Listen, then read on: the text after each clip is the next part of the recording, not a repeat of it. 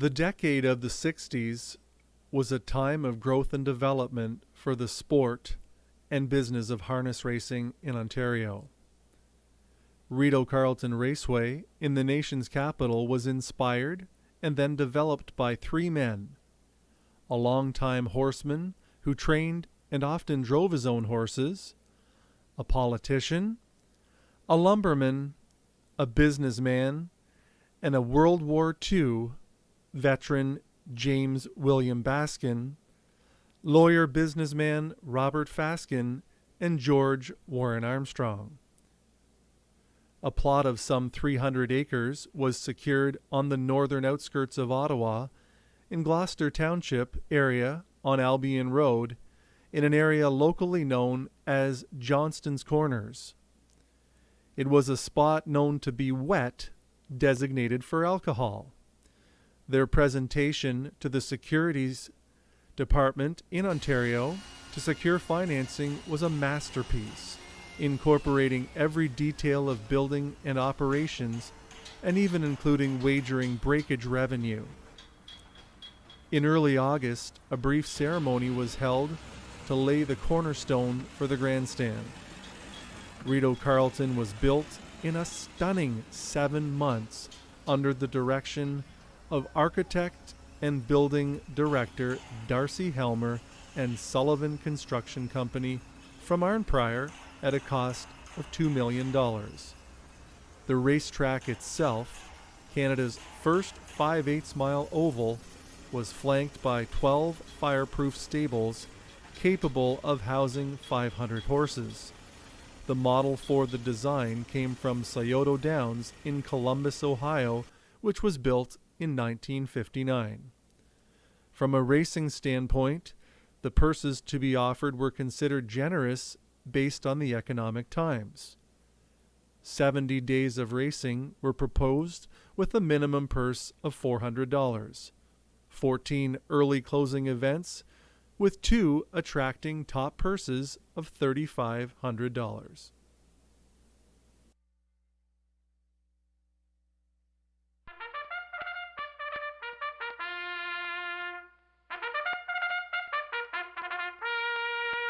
On the evening of Saturday, September 1st, 1962, history was made as an enormous crowd assembled for the 8 o'clock first post. It was the dawning of a new era in Canadian harness racing, as racing under lights was now legal. A packed grandstand looked on as starter Tom McDonnell sent away a field of 8 pacers in the first race. With a purse of $400, the winner was 8-year-old Bud Castleton, stopping the brand new timer in 2:12.1. The winning driver was Wes Koch from Petrolia, Ontario, who had just turned 19 a month previous. Co-owner Bill Companion was on hand for the Winner's Circle presentation, hosted by Raceway Chief James Baskin. The Raceway's finest evening that year was on September 15th, when nearly $94,000 was wagered, and a new track record for 3-year-olds of 2:05 was set by Northwood Alex in the Hastings County Stake.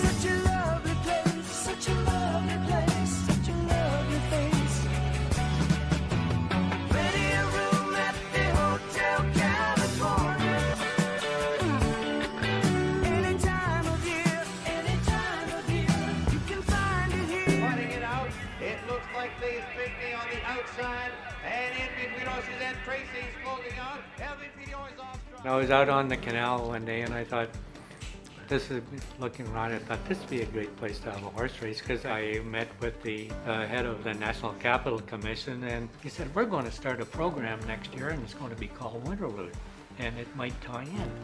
And so 3 weeks later he wrote a letter to me and said, we've never allowed horses on the canal before. We'd like to have you participate in your program. And it took a year to put it together, and we did it. 40,000 people showed up in a driving snowstorm. It's always been referred to as an iconic day in the history of Canadian harness racing.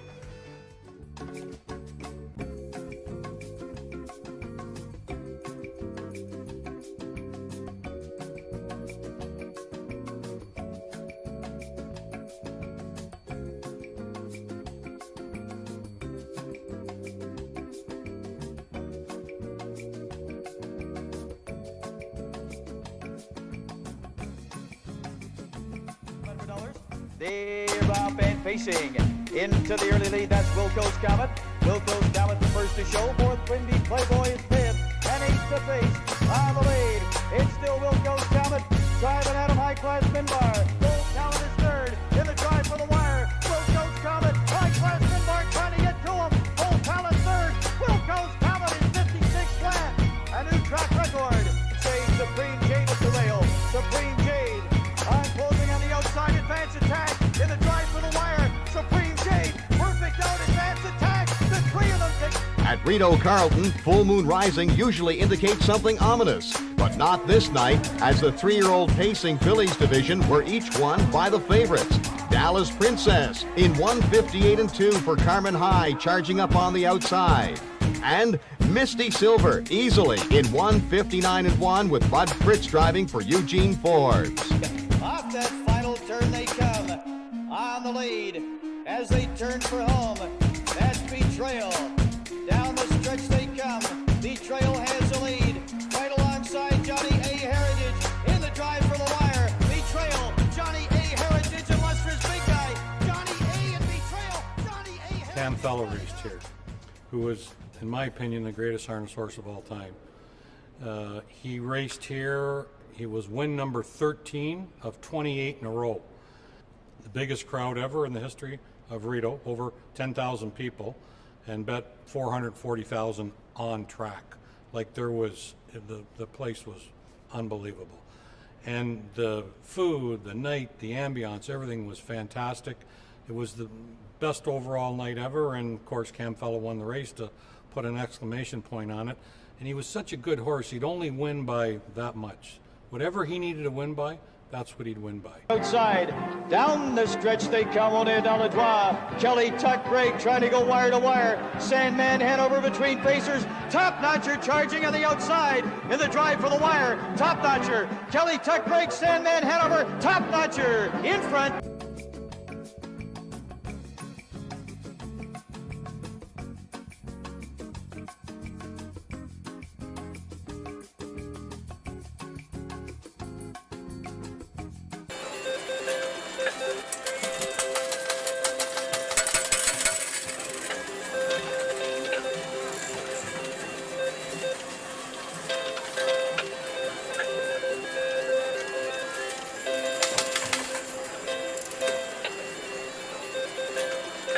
Approaching 3/4 and driving up on the outside now to challenge as they move down the backstretch. Part of the entry, Day in a Life clears by 3/4 of a length towards the rail. That is Red Bow Tie. And locked in with nowhere to go, that's Noble Ability. In between pacers shaking loose, Bosun's Mate has found some racing room. 3/4, 122 flat on the final turn. Day in the Life is open to 2.5 lengths. Up in the far outside part of the entry, Bosun's Mate trying to get there with him. Down on the inside, Red Bow Tie clinging third. Up the rail in fourth, Noble Ability, and they straighten out for home. Through the lane, Day in a Life opening up by 4. Bosun's Mate far outside. Red Bow Tie's found a little bit more. The Catman sneaks through with Noble Ability. Here's the finish. Here's the wire. Day in a Life, 1:49-4. Track record. Here they are. Carleton Raceway, it's his third winner of the night, but 149-4 is something that he'll remember for a long, long time with Day in a Life. And let's not forget to congratulate Mark Stacey. Mark Stacey is the one that broke and trained this colt, and he made his first steps here at Rideau Carleton Raceway. His first 2 lifetime races were here, and it's great to see him win the Des Smith. Chris Christopher, winning driver. Let's have a round of applause for Chris. Brilliant drive, 149-4, world record on a 5/8 track.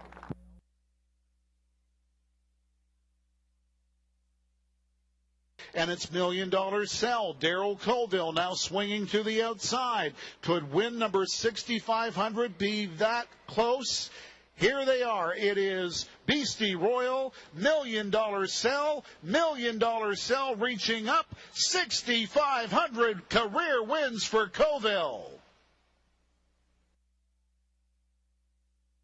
Shows the way. Pressured on the outside by Dalhousie Dave, and down at the rail, legal litigator. Second over on the cover for Alexi Matosi. Third over for Art Professor now is on the way for Jameson. Excess cover for Anderlecht now, who's on the move. A ground-saving trip for Lucky Man. It's back there to Gotcha Covered and trailing the field, straight shooting. But Liz again is opened up by about 2.5. 121 to the 3/4. Liz again, a 3-length lead. Closest one to him is legal litigator. Now coming up on the far outside, Art Professor is shaken loose for Jameson. There's less than 1/8 of a mile to go in the Des Smith. It is Liz again trying to hang on. Art Professor is putting on the pressure. They're down to the final strides in the Des. It's Liz again and Art Professor down to the wire. Liz again in a new Canadian record, 149-2.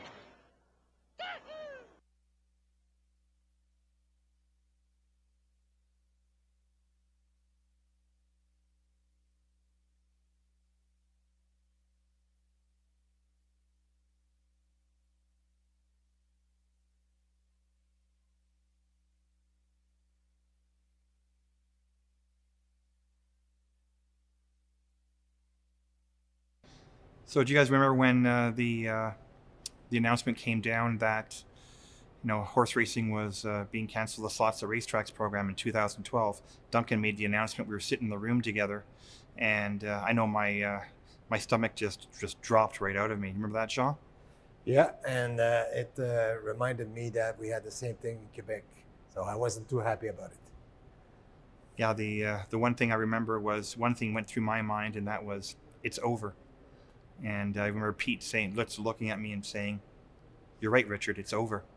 And I said, "It's not over."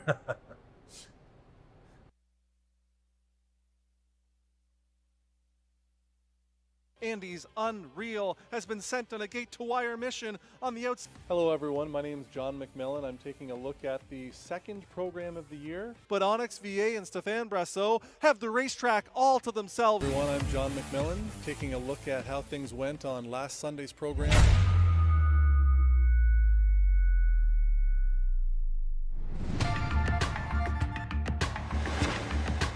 On the day Canada crossed the threshold of 100 coronavirus cases, Ottawa was explicit for the first time about what researchers say could be on the way. Are you planning the worst? Absolutely. Alarming levels of inaction. And so for the first time, these words from the WHO, the coronavirus is officially a pandemic. Julie, thank you. Also breaking tonight, the NBA suspending its season after a player on the Utah Jazz tests positive for the virus. Dallas Mavericks owner Mark Cuban reacting to the stunner along with the rest of the league and its fans tonight. The Utah-Oklahoma City game was postponed right before tip-off tonight after that player tested positive, sending a packed arena home. Pete, are we still racing? Dylan, we just got off the phone with Ontario Racing, and in line with the other racetracks across Ontario, we will be suspending our race program effective immediately. For how long? I don't know.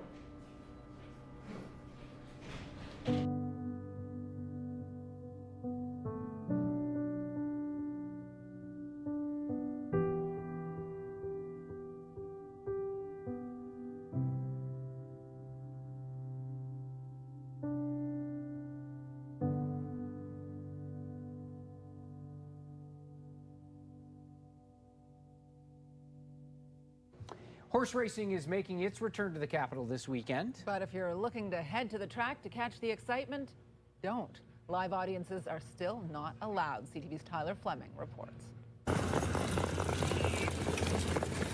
The race is on. Coming around the backstretch, jockeying for a win. It's been a long, hard road. Horse ownership is expensive, and without racing, there's no paycheck for Gary McDonald. So not only do I have my own financial burden, I have the burden of 7 horses. So a win is needed. Horse racing has been given the go-ahead from the province. These qualifying races at the Rideau Carleton Raceway are for Sunday's big return. And hopefully we draw some nice post positions so we can get into the race and get some of that prize money. A $65,000 purse to be won in the standard bred races. So that's with the sulky and the driver versus the jockey on top of the thoroughbred's back. John McMillan is the director of the National Capital Region Horse Association and says the industry has been hit hard. Participants in the industry are suffering from financial trouble, so getting them back to work will be a great thing. Strict sanitary measures have been put in place at the track to protect staff, crew, and jockeys. Racing manager Peter Andrusek says only small groups are allowed in the stables and temperatures are being checked before entering. They've been developed in conjunction with the guidelines of Ottawa Public Health, the AGCO, and Ontario Racing. So racing into COVID was surreal. There was no customers in the grandstand, no staff, nothing. In November of 2020, we saw a real unique opportunity. It was American Thanksgiving. A lot of the US tracks hadn't even opened yet. And for a 2-hour period, Rideau Carleton Raceway would be the only track racing for around 2 hours. Huge potential for us, and we certainly saw it. That Wednesday night, we have a major snowstorm. Unbelievable. And I remember sitting with Jeff Taylor, our track manager, and basically telling him, whatever it takes, we have to race. And he had an unlimited budget, and at the end of the day, he and his men got the job done. Then the fog rolls in. And the fog was so thick, forget about the backstretch, you couldn't even see the finish line. And I'm sitting there thinking, wow, what a lost opportunity. Yet, as the races started, the tote boards started blowing up. Numbers unheard of for a track our size. And I remember it was around race 6, and I got a text from Glenn Pearson, who was the general manager at the time, who held the old records, which was, I believe, about 440,000. And he said to me, congratulations, you finally broke the record 35 years later. And that's when it kind of dawned on me that, wow, this is something special. By the end of the night, we bet over 750,000, I believe. And what was so shocking about that is that there was not one patron in the grandstand to witness it. COVID. Yeah, we got a big loss. Rideau Carleton, Mr. Armstrong. He's been good to me over the years. I've been here for my whole life. And I just got back, but he always helped me out. Warren Armstrong was not only the most passionate racetrack operator that I've ever come in contact with, but he wanted every person that came to Rideau Carleton to have a tremendous experience, whether it was a horse person, a race fan, or just a general passerby. He wanted them to have a great time, and that's what they did under his management. 1 week ago tonight, the entire racing community and everybody at Rideau Carleton was saddened to learn of the passing of Mr. Warren Armstrong, one of the builders and the inspiration here at Rideau Carleton Raceway, the owner of this racetrack for almost 60 years. Tonight we are celebrating his life with a video tribute, followed by a minute of silence.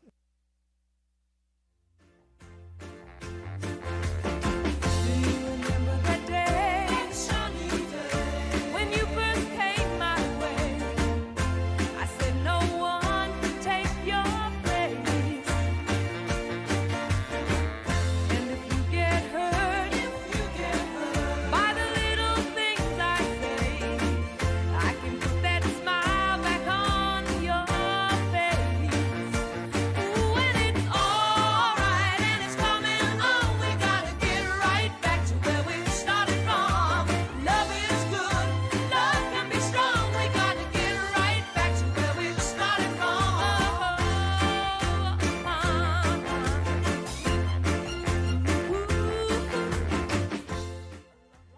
Well, I mean, it's a tremendous sport, and just you know, I love the game. I love racing, and so many good memories, and just you know, the just what it did in the community here. It was a great entertainment, a great show, great place to go, great place to meet people. Harness horse people are some of the best people in the world, down to earth, salt of the earth people, fantastic people.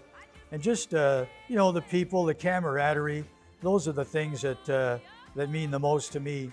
People in harness racing are all salt of the earth, friendly, you know, and it was a great game, a great sport, and just a lot of fun to be around.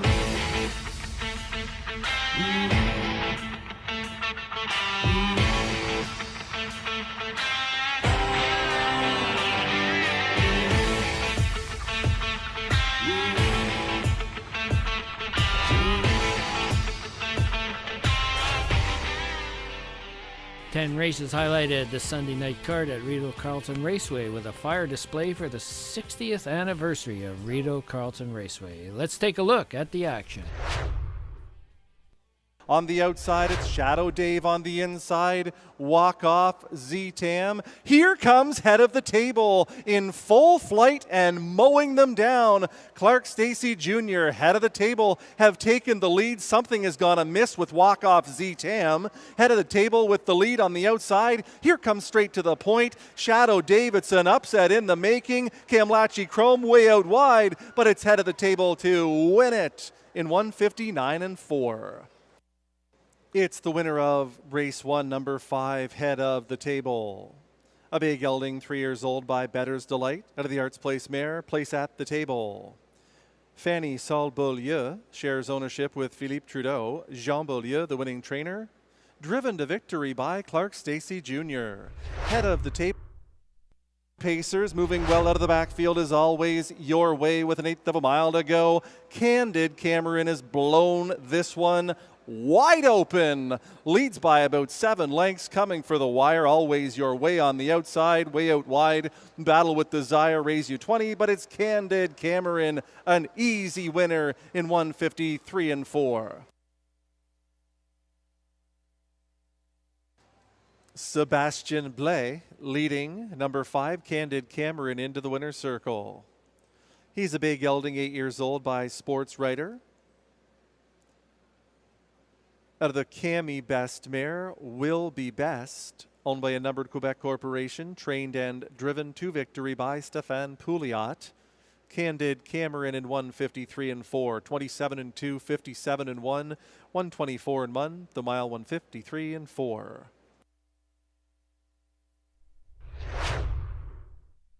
Right there in the 2-hole. Moving 3 wide, here comes Shotgun Jerry. Love My Rockin' Bird is in between pacers with an 1/8 of a mile to go. Trying to get it home and seal the deal. Get Your License, Liam, up the inside. Here comes Thrilling Times. Thrilling Times is bursting by. It's Thrilling Times to win it. Get Your License, Liam, second. Looked like Midnight Mood for the show in 1:53. Returning to the winner's circle in front of the grandstand, the winner of the third race is number 2, Thrilling Times. Bay Gelding, 6 years old, by Mach 3 out of the Australios mare Thrillionaire, owned by Gilles Plourde and Karen Kroger, who is the winning trainer. It's the drummer, Pascal Berube, for the winning drive. Thrilling Times in 1:53, 27-2, 56-4, 125 the mile in 1:53.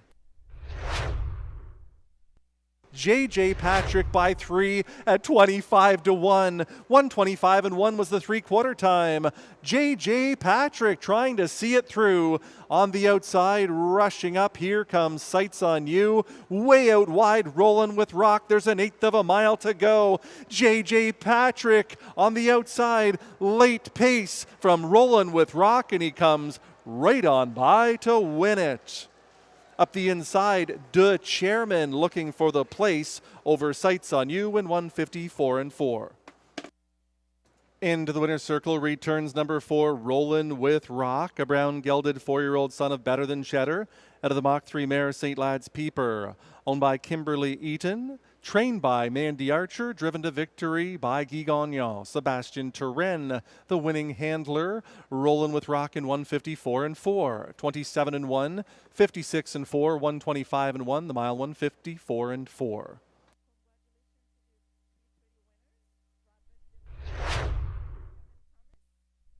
Flash Cube, he's got a vendetta up the inside with an eighth of a mile to go. The Light Speed trying to get it home. Up the inside comes St. Lad's Cash, knifing through in between. He's got a vendetta, but it's the Light Speed in front. He's got a vendetta second, St. Lad's Cash third in 1:52-4.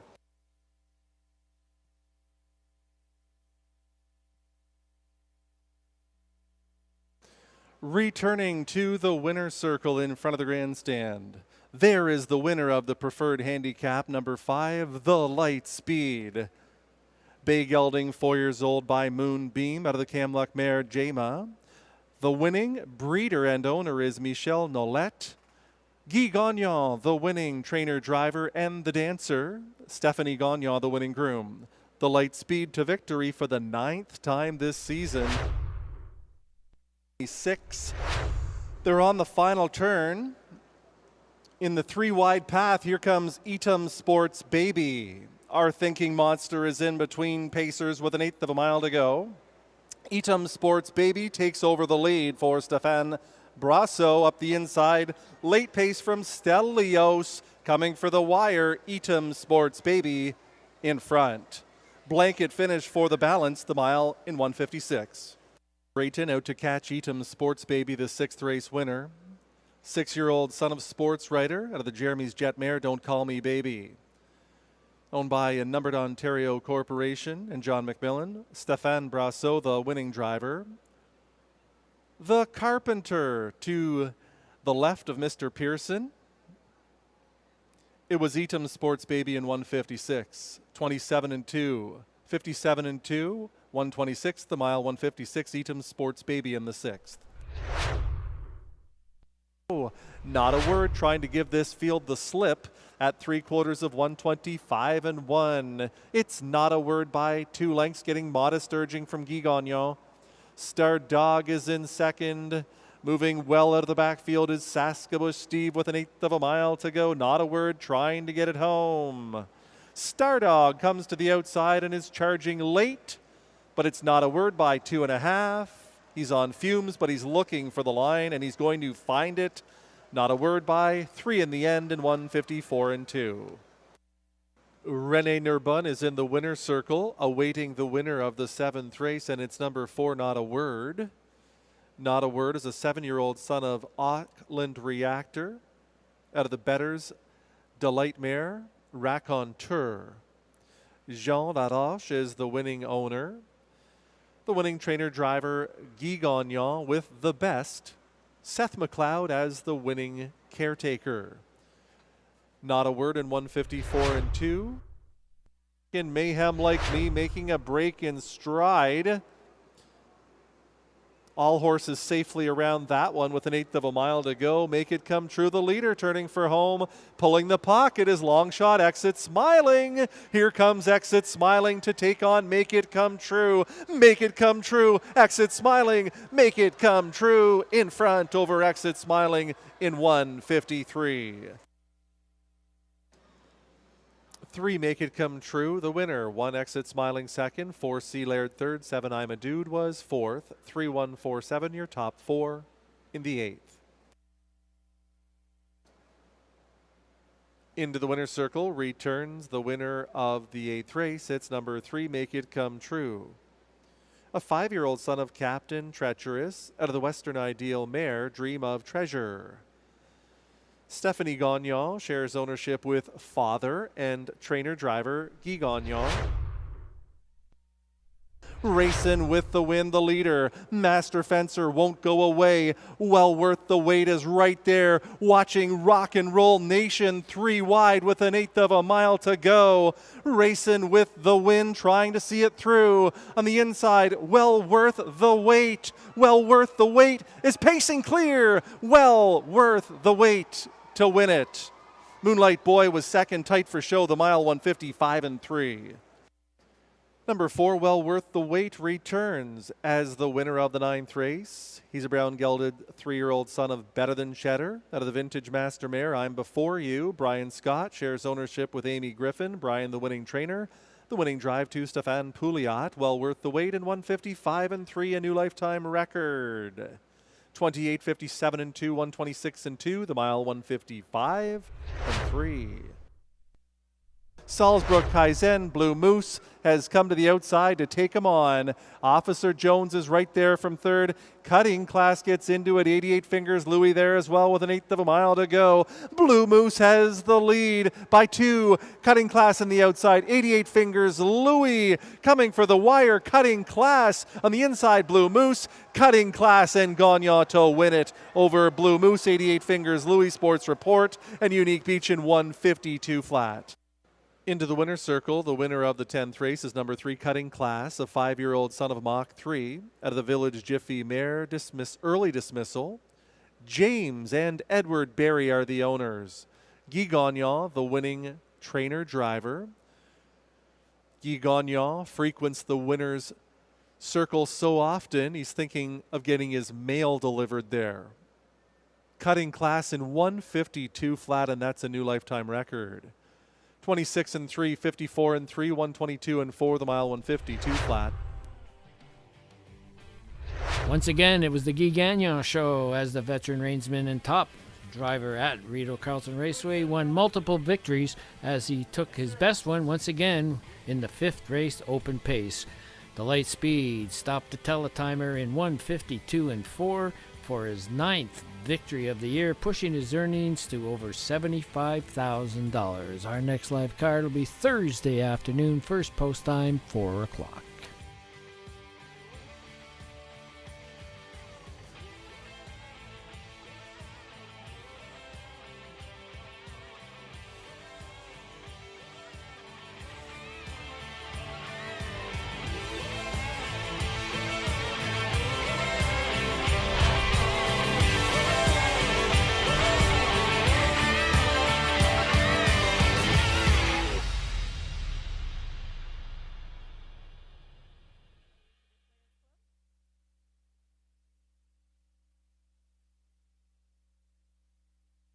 These are the top drivers at Rideau Carleton Raceway.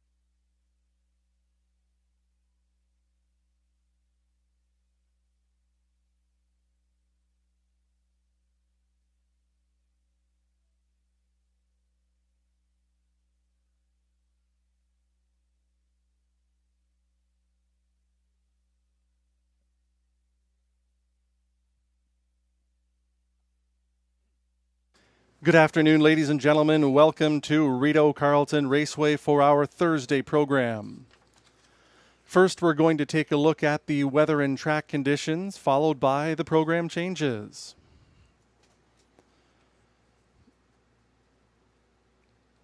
Under clear skies, the track is fast. It's 26 degrees Celsius, 79 Fahrenheit. Wind is out of the west at 11 kilometers per hour. That's 7 miles per hour. The humidity today is 51%. Here are today's changes. There are very few.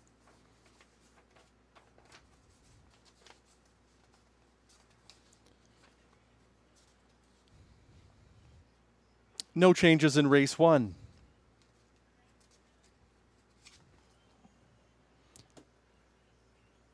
In the second race, driving number 6 straight to the point will be Jimmy Gagnon.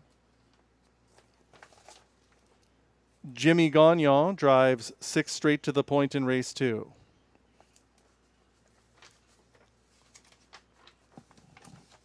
In the third race, number 4, Buck and Better, races on Lasix. Lasix for the 4. 8 Rock and Fire make the driver Jimmy Gagnon.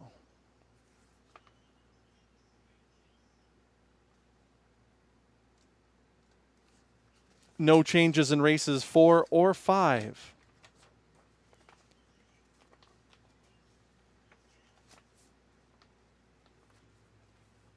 Number 2, HP Running Mass in the 6th race, races on Lasix. Lasix for the 2 HP Running Mass in the 6th race. No changes in the 7th through 9th races.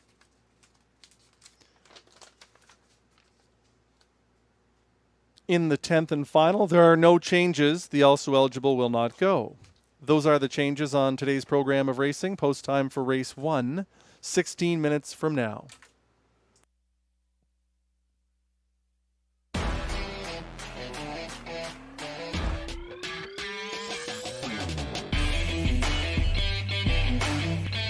Good afternoon and welcome to Rideau Carleton Raceway Casino. I'm Graham Mitchell and naturally John McMillan is beside me. We got 10 on the docket today, John, with our highlight naturally in race 9. It's the open trot and we got a field of 7. And before we take a look, you have one in there that's new in your barn. Yes, this is one that Percy Elkins, a friend of mine that I've trained for before, sent to me. Didn't get him until Monday. He raced Sunday night at Flamborough. Seems like a nice trotter. He doesn't wear hobbles. He can leave really well. Obviously, the waters are a bit deeper here. Rideau Carleton's tougher than people think, but we'll see what he's like today. I hear Sam Filio was happy, but somewhere down the line there was a little miscommunication. Well, it was confusing to me because when the sheet came out, I saw that Brasso, I obviously list him on everything, and Brasso was also listed on Duke La Victoire, so I assumed that he was picking Duke La Victoire because he usually does. And I submitted Sam Fillion as the backup and texted Sam, bet about the horse, and he didn't respond. And I can tell you why now because then I pick up the program and Brasso actually selected my horse. That's right. So that you never know. Is that a tip? I think that's a positive sign, isn't it? Absolutely, absolutely. You take that, Duke La Victoire. Actually, Duke, I'm a little concerned. I don't know. He raced well his last start. Looked very good, but he's back up with the top class. I don't know. This horse is iffy off the gate sometimes. Yeah, Brasso seemed to have the touch with him. Jacques Baudouin, lots of experience, almost 5,000 lifetime victories, and Jacques has driven this horse before. Yeah. So obviously I'm hoping for the one that I train, but I'm also hoping that Jacques gets him away cleanly. That's right, for sure. It always makes it a race. Black Tie Bash bounced back. He got a bridesmaid last week. And today he is the morning line choice. Makes complete sense, Graham. Black Tie Bash has been very good.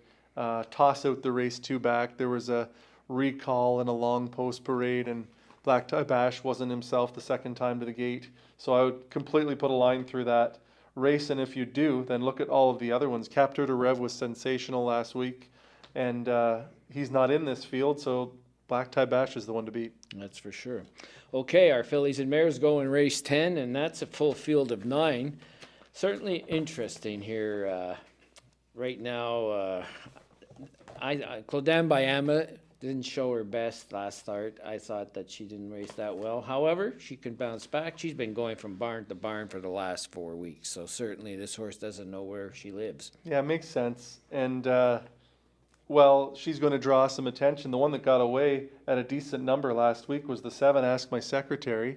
And she showed good miles coming in from Three Rivers. And she went around them in the last eighth of a mile like they were tied to the fence. That's right. So there's no reason to think that the Berube-Tessier combination won't be a major factor in here again in the 10th. 3 in a row, going for 4, so this one certainly stands out on the page. And certainly a couple other ones that raced very good. Billy Douglas' horse, first start for him, raced very well. Very, very well. And very well driven by Robbie Robinson. Talking again, has great gate speed. She's going to be put in play early. And she's a major player. And Graham, last week I picked Perfect Dalliance, and she won. Paid 9 to 1. I was impressed with the fact that my driver, Brasso, was driving her, and I thought that he'd give her a good chance, and he did. He certainly did. Okay, let's go over and take a look at race 5, and it's our 2-year-old race, and we got 7 in there, so we still got a number of 2-year-olds around, and this one's going to be interesting here. Certainly Guy Gagnon has the horse that looks like he's the one to beat here. I think they're going to sit 1-2, and I think they're going to finish 1-2. Yeah. Benoit Hébert is having a tremendous year. He's got an average of over 300. He's developed a lot of nice young horses. Bedenberg is no exception. He's looking to make it 2 in a row. The last start, he cruised to victory and was wrapped up in the end. And I think that, although I do like Better on the Island, that filly up against a gelding, I think she's going to find it tough in the late stages because Bedenberg, I think, is just too impressive. Yeah, it looks pretty positive there, too. Race 6 is another one on the trot, and certainly this is a good field of 7 going. What about Undercover Strike? What more can you say about this horse? 14 years old and just keeps racing well. It's got over 40,000 banked this year again. Yes. What a nice animal. Being a war horse, and they kind of squared off in a match race on the last turn. Rideau PV and Undercover Strike, and most people figured that the back class of Rideau PV would shine through and he'd get the job done. You and I both predicted that. Yeah. But Undercover Strike at age 14 kept coming and put him away. That's right.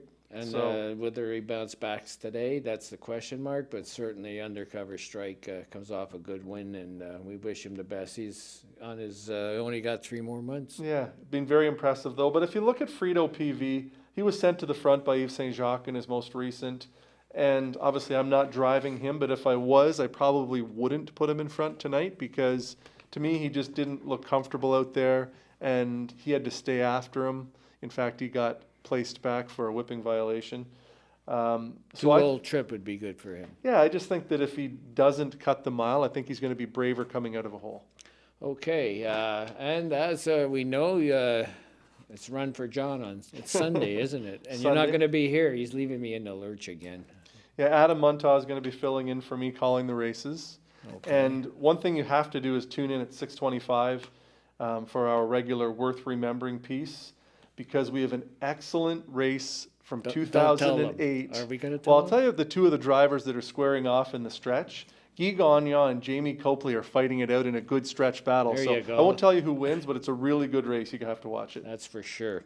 Okay, and let's wish John all the best in your marathon. Yeah, I'm hoping it's not as hot as they say it's going to be because I'm one of the larger runners, body weight wise. So the humidity would take its toll on me more so than the thinner people. So let's hope it cools off a bit for me and I have a fighting chance. Well, that's great. And it's we'll be all pulling for you for Thank sure. you very much. Appreciate it. Okay, hope all your photo finishes are winning ones. Have a great afternoon with us here at Rideau Carleton Raceway Casino.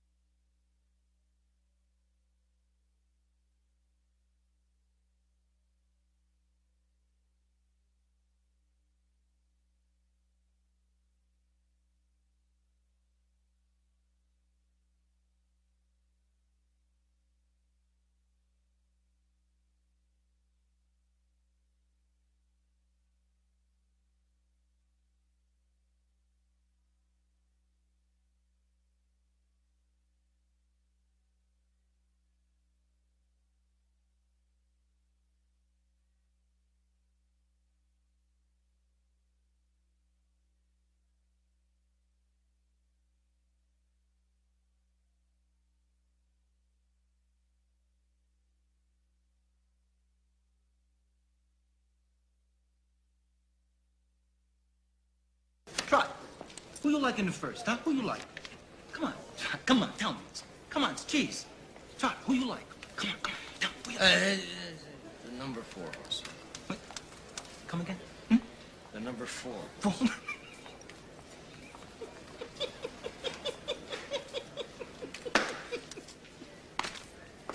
Nobody in his right mind bets the 4 horse.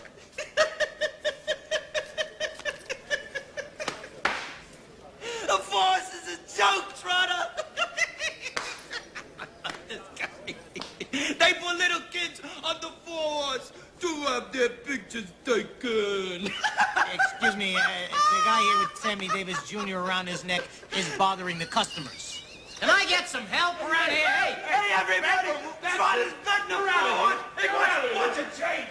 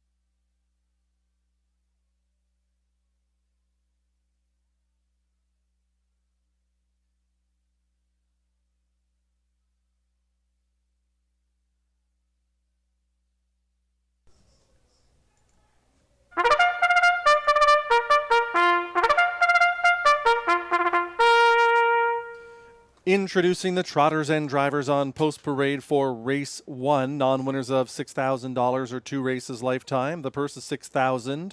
There's Exactor, Triactor, Superfecta, and race 1 is the first half of the daily double.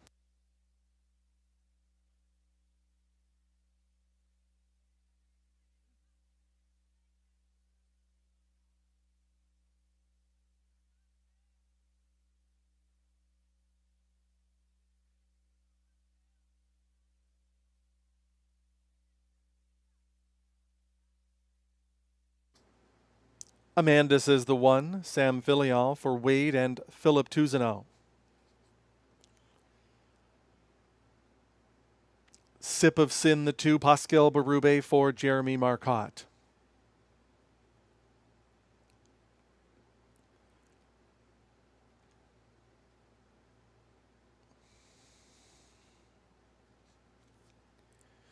Number 3 is Boom and Bust, Jimmy Gagnon for Carl Bagnall.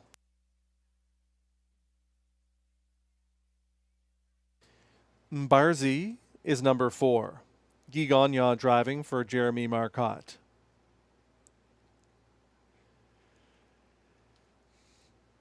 Miles of Muscle 5.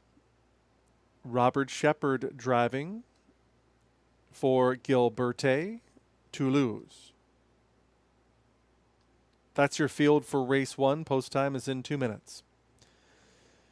Number 4, Barzi, startled everyone in his August the 25th debut, finishing a good second to a long-gone winner in Honeybee First. Guy Gagnon was in the bike. Barzi was aggressively driven, landed right in the 2-hole. Gagnon had his nose right up on the gate. Even trainer Benoit Hébert was somewhat surprised by the immediate good performance by 4 Barzi, who made a significant drop in his overall time in that race. He does look tremendous on the racetrack, as you can see, and he's getting 2 to 5 attention. If you weren't willing to accept 1 to 2 now on the 4 Barzi, I would consider the one starting to his inside, the 3 Boom and Bust. This one has been very consistent for trainer Gary McDonald. He wasn't that far behind Barzi in his most recent, and he came from well back of Barzi. Shows good final quarter speed in each and every start. And look at who he took on. Ciel Bleu, Honeybee First. So he's been keeping good company. There shouldn't be as much of a difference in the odds on 3 Boom and Bust and 4 Barzi as what we're currently seeing. 5 to 2 is excellent value on the 3 Boom and Bust, who in my estimation has a roughly equal chance to win this race, as does 4 Barzi.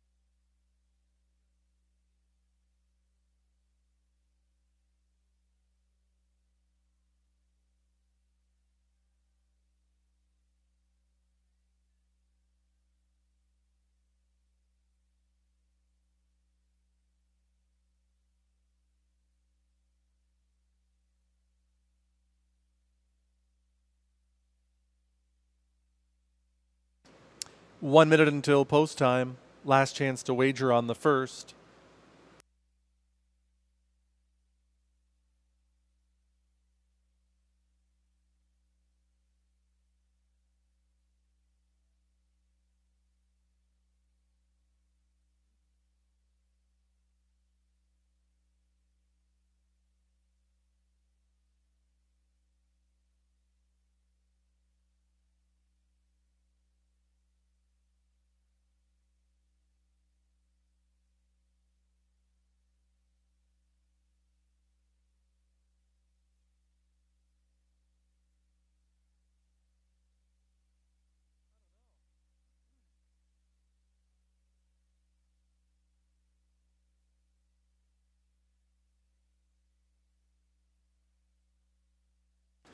The starter has called the race 1 field. Last chance to wager.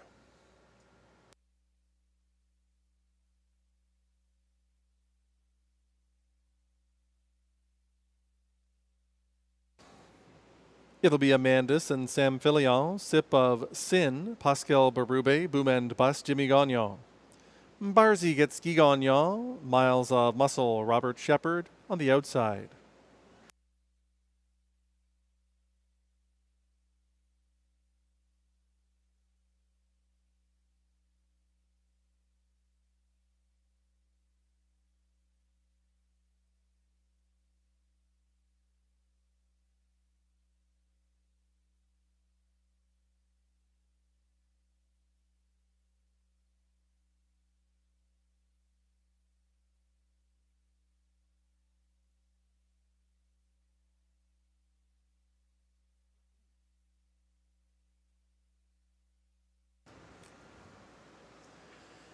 It's the race 1 field, into the backstretch and approaching the start.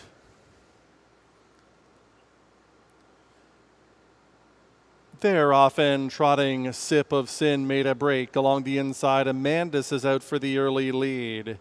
Into the 2-hole comes Boom and Bust. Barzy is third away. Miles of Muscle is next and way back to Sip of Sin, the early trailer. Here comes Boom and Bust to the front. Amandus will sit in the 2-hole. Barzy is third, 5 from the lead. Miles of Muscle, the next one, and closing in is Sip of Sin, the trailer, who has 10 lengths to make up on the leader, Boom and Bust, by the quarter of 31-3. Boom and Bust by 2 lengths in front of the grandstand. Amandus is there in second. It's about 5. Barzy trots third. Miles of Muscle is in fourth, and Sip of Sin trails under the line the first time. They're walking the dog here. Boom and Bust, setting a pedestrian clip for Jimmy Gagnon. From second along the inside, Amandus. Here comes Barzy on the attack. Miles of Muscle, and the trailer is Sip of Sin. They're at the half in 1:03.3. Into the backstretch, chasing Boom and Bust. Here comes Barzy. Amandus from third. Undercover fourth is Miles of Muscle. The trailer throughout has been Sip of Sin towards 3/4. Jimmy Gagnon still with a good hold on Boom and Bust on the lead. Barzy is working up to him from second. Amandus is in third. Miles of Muscle and Sip of Sin 3/4. 1:33. Boom and Bust is on the lead. Amandus is second. Barzy needs to do more. Here comes Miles of Muscle, 3 wide. Sip of Sin is the trailer. With an 1/8 of a mile to go, it's all Boom and Bust. Boom and Bust by 2 lengths. Here comes Amandus. Miles of Muscle, widest of all, but Boom and Bust, a comfortable, wrapped-up winner. Sip of Sin came all the way back for second. Amandus third in 2:02.1.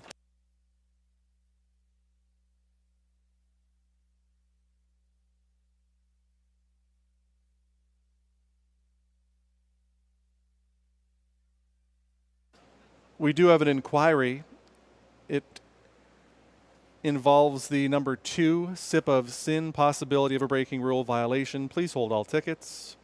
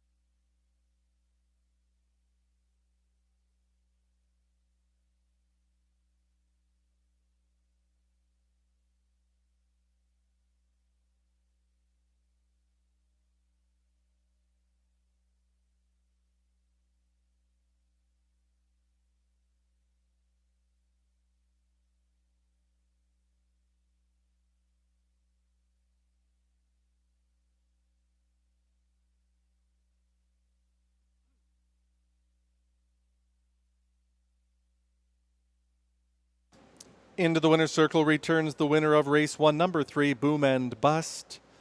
A bay colt, 3 years old, by Muscle Up the Gold. Out of the Lucky Chucky mare, Stuck on Deegan. Owned by Carl Bagnall, trained by Gary McDonald. Driven to victory by Jimmy Gagnon. Samantha Healy is the winning groom. Boom and Bust to victory. 202 and 1, 31 and 3, 103 and 3, 133. The mile 202 and 1.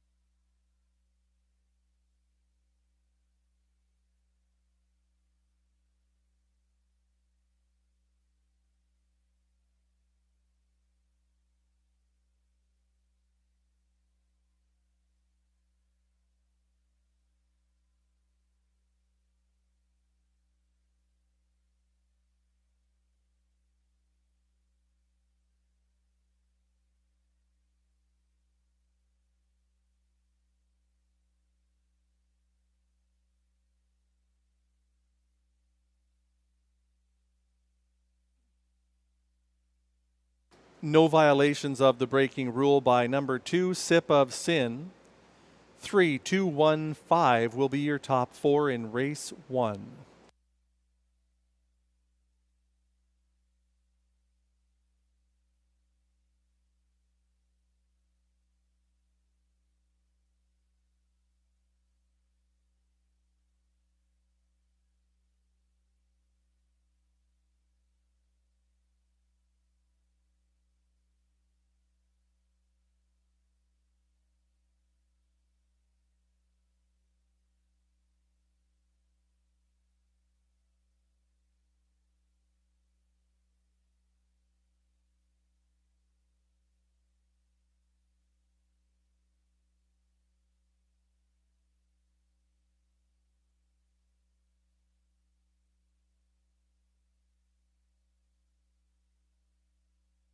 Race 1 is official.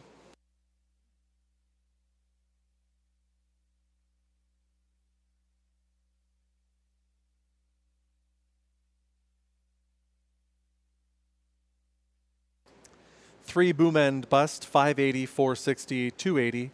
2, Sip of Sin, 1230, 580. 1, Amandus, 280. 3, 2, Exactor, 48.90. The dollar try, 321, 97.95. The dollar super, 3215, 178.05.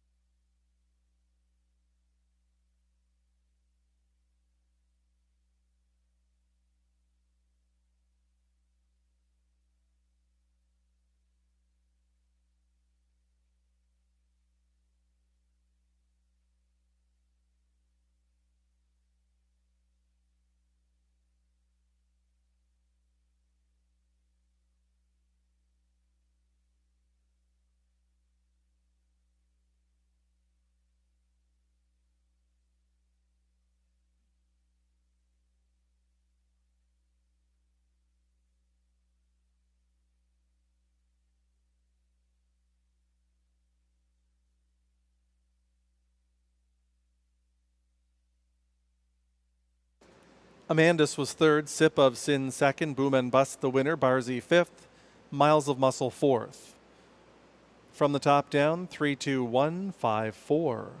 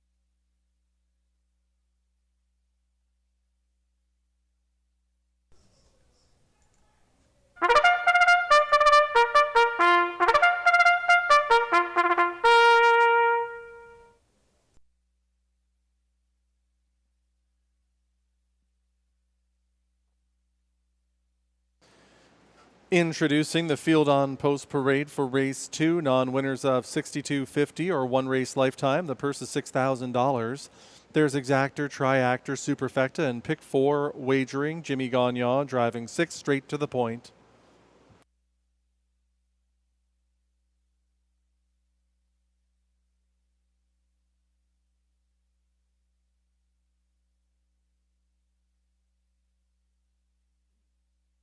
Here's the field.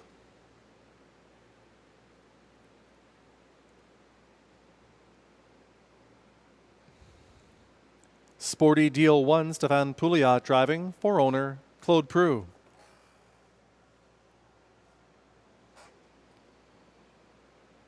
Mr. Courage 2, Emile Toth driving for Michel Lavoie, along with Gary Steele.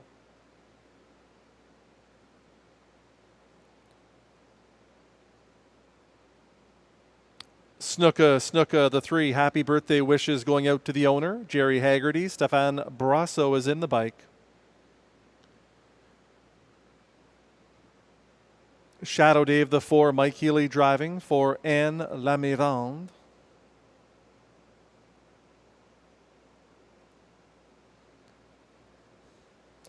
Maître de la Cine the 5, Sam Filion for Guy Corbet.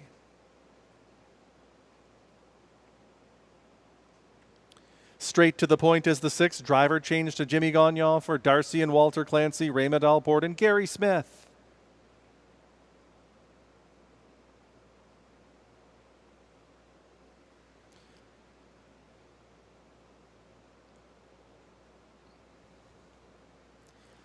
Mickey is the 7. Guy Gagnon drives for Jamie Copley and Darren Tingley. That's your field for race 2. Post time in 2 minutes.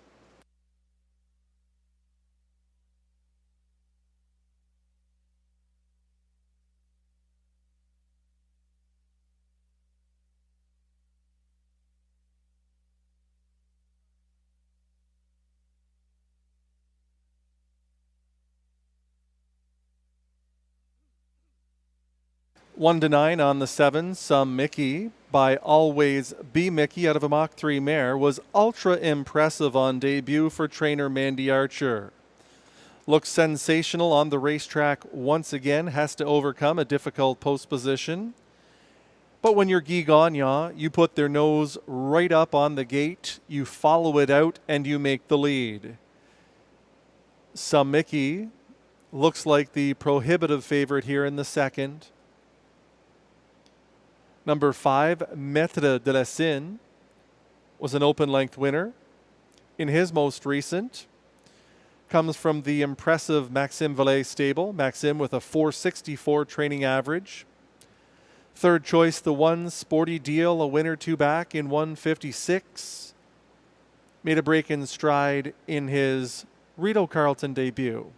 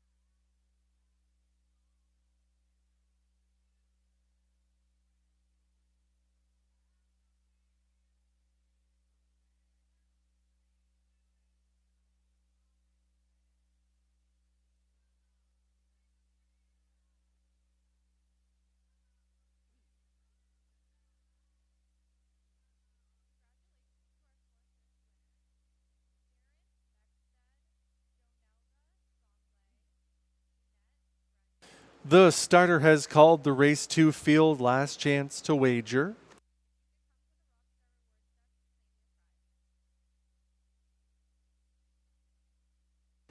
It will be Sporty Deal with Stéphane Pouliot, Mr. Courage, Jamil Toth, Snooka Snooka, Stéphane Brassot. Shadow Dave, Mike Healy, Maître de la Signe, Sam Fillion, Straight to the Point, Jimmy Gagnon. On the outside, Mickey at 1 to 9 with Guy Gagnon.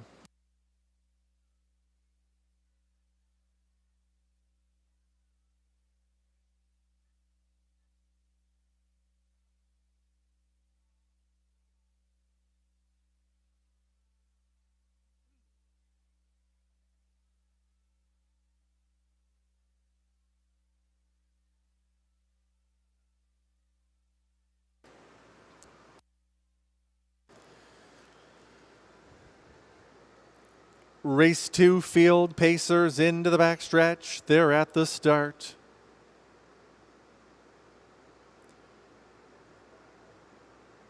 They're often pacing. Maître de la Signe is first out to the early lead. Sporty Deal is along the inside from 2nd. Mr. Courage is third away. Some Mickey is 4 wide and pacing up a storm on that first turn. Maître de la Seine, here comes Some Mickey rushing up to clear. Sporty Deal is back to third. Mr. Courage is next away on the outside, straight to the point. Snooka, Snooka.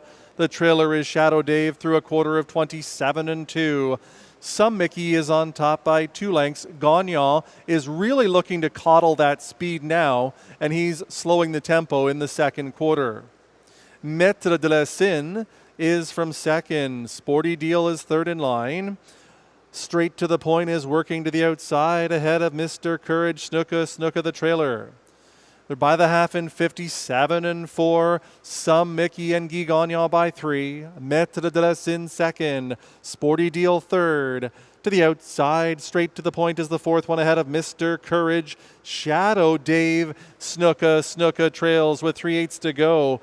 2 or 3 wide is Some Mickey, perhaps with some steering difficulties, but still maintaining a 3-length advantage. Pacing by 3/4 of 126 and 1. Some Mickey by 4. Maître de la Seine second. Sporty Deal is on the outside third. Mr. Courage straight to the point with 1/8 of a mile to go. Some Mickey is trying to go all the way. Going to have to deal with Sporty Deal, who's moving well up the inside. Some Mickey and Sporty Deal to decide it. And Sporty Deal goes right on past as Some Mickey drifts right across the racetrack. Sporty Deal over Some Mickey and Mr. Courage in 155 and 3.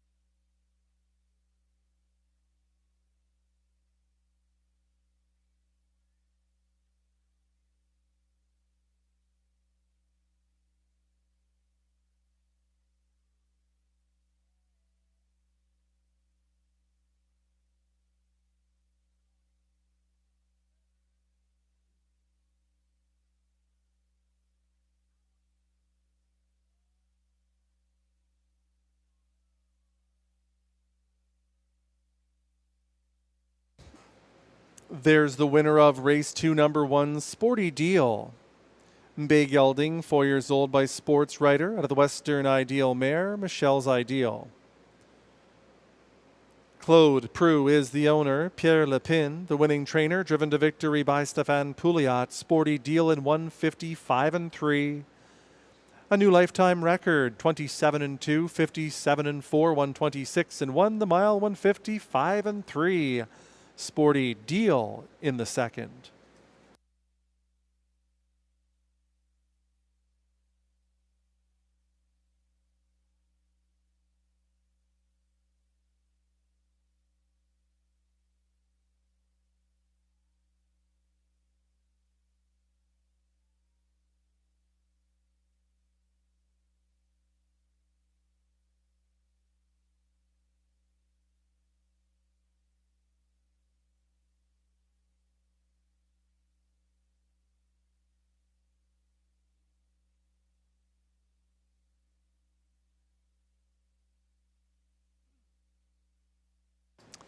1 Sporty Deal 1940, 390, 220, 7 Some Mickey, 210, 210, 2 Mr. Courage, $6.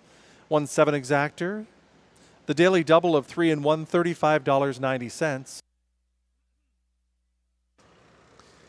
1 7 Exactor, 35.40.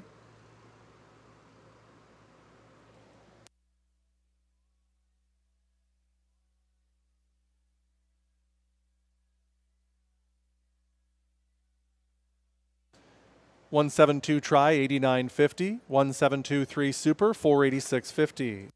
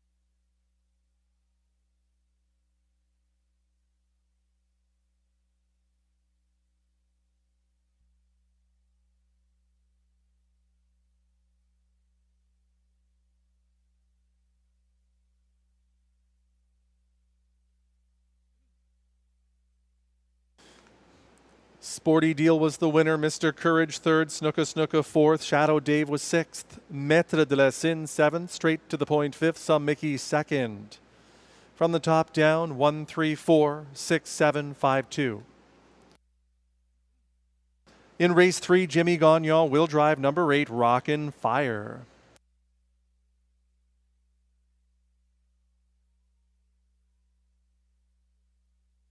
And Rideau Carleton Raceway would like to recognize our proud sponsor, Roberto's Corner Italian Deli, located on 1034 Pleasant Park Road, only about 15 minutes from the racetrack.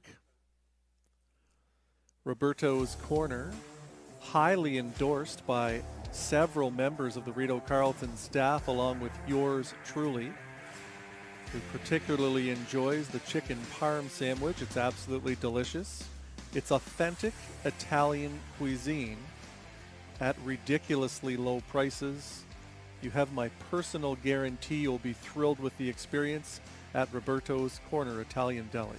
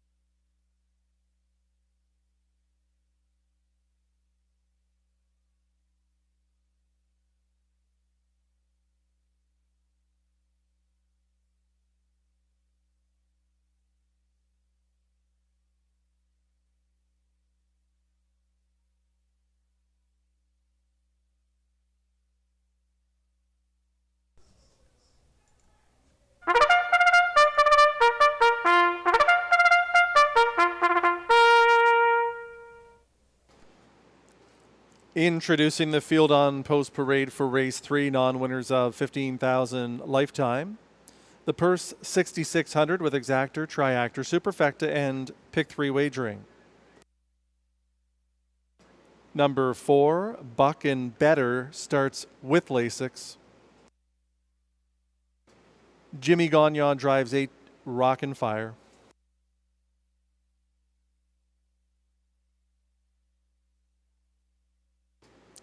Lochaber 1, Robbie Robinson, for owner Philippe Laframboise.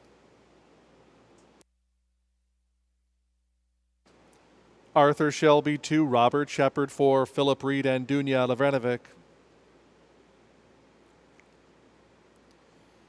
Dial is number 3, Pascal Barube, for Cozen Farms.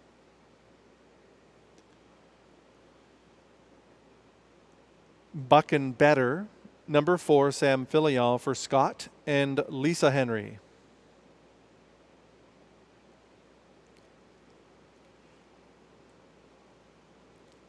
Zayden's Luck is the 5, Clark Stacy, for owner Ross Hitchens.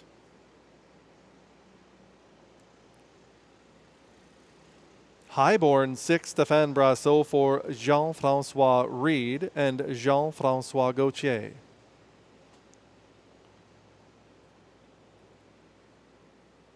Stephen Genois, the driver of 7, Le Massif, for Melanie Bouliani and Laurent Pedinot. Rock and Fire is number 8, driver changed to Jimmy Gagnon, for Phil Doyle.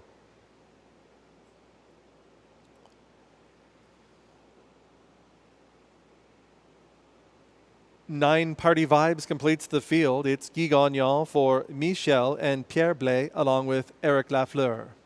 That's your field for race 3 at 2 minutes until post time.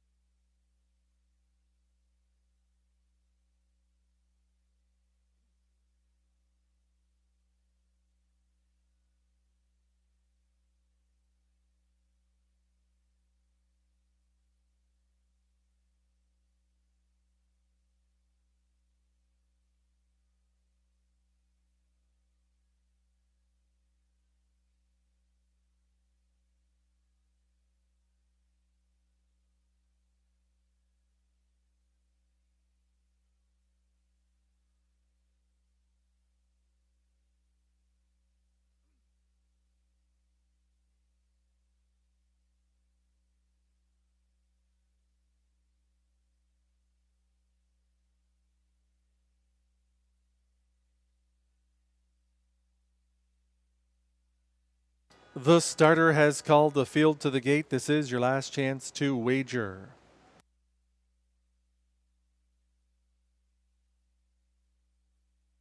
It'll be Lockaber with Robbie Robinson, Arthur Shelby, Robert Shepard, Dial and Pascal Berube, Buck and Better, Sam Filion, Zayden's Luck gets Clark Stacy, Highborn, Stéphane Brassot, Le Massif, and Stephen Genois.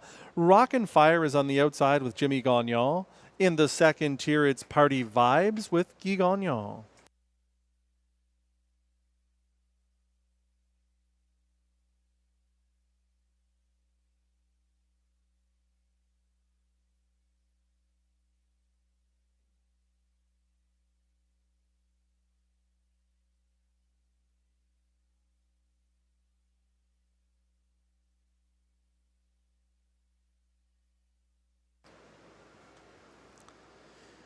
Race 3 field into the backstretch. Pacers approaching the start. They're often pacing. There goes Buck and Better out to the early lead. Lockaber is along the inside. Hustled out in between now is Dial. Picking up that fourth position is Zayden's Luck. Party Vibes is the fifth one. Arthur Shelby sixth away, followed by Highborn, who's in seventh ahead of Rock and Fire, and Le Massif is the early trailer. They move past the opening quarter in 27-2 and come in front of the grandstand. Robbie Robinson has Lockaber on the lead. Into the 2-hole goes Dial. Third in line for Zayden's Luck, another 2. Buck and Better is in fourth. Party Vibes, the fifth one. Arthur Shelby is next ahead of Highborn, 2 back to Le Massif. The trailer is Rock and Fire. It's about 15 lengths front to back, chasing Lockaber, who has a 2-length cushion. He strides past a live half of 56-4. It's Lockaber towards 3/4. Here comes Zayden's Luck rushing up second on the outside. Dial is back to third, undercover fourth to Party Vibes. Buck and Better is the fifth one and scraping the paint metaphorically. Arthur Shelby is outside of him. Then comes Highborn. It's 2 back to Le Massif, and Rock and Fire trails the field. They go by 3/4 of 125-3. Lockaber shows the way. It's Zayden's Luck second on the outside. Here comes Party Vibes sent up 3 wide. Dial is loaded with pace. Buck and Better in between. Arthur Shelby in with a shot. Many chances here with an 1/8 of a mile to go. Here comes Party Vibes. Lockaber is still fighting on. And way out wide to Arthur Shelby. Dial is in between. Lockaber to win it over Dial in 154-4.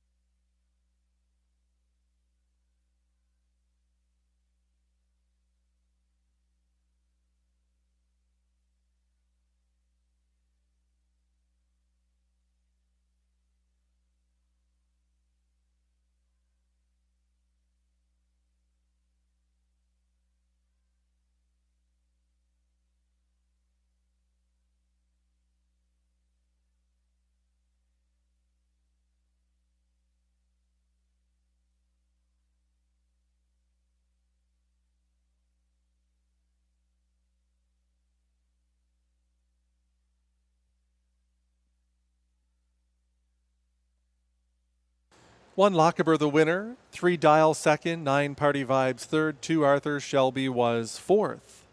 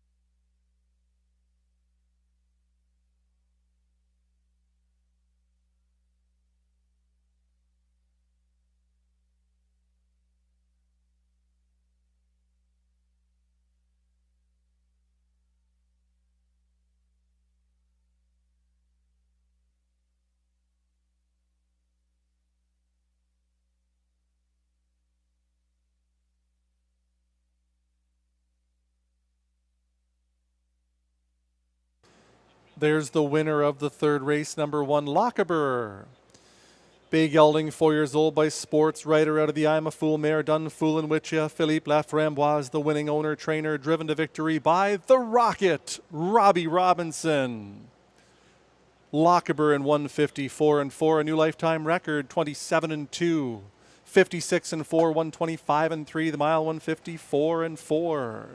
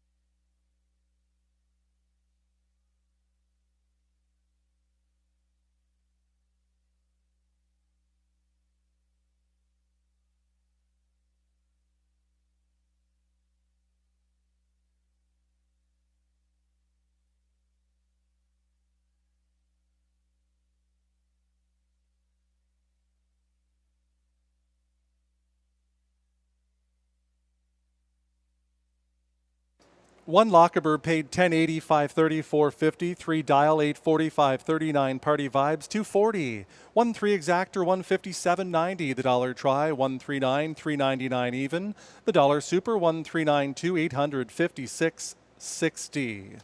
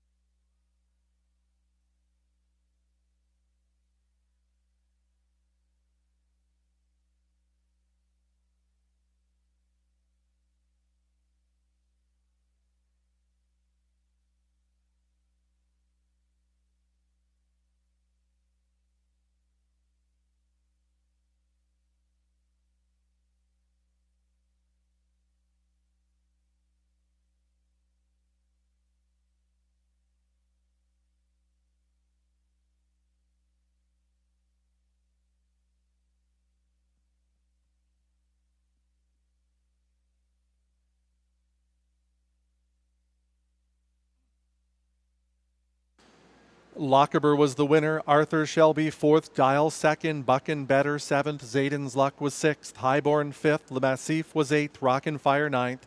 Party Vibes was third. From the top, 1, 4, 2, 7, 6, 5, 8, 9, 3.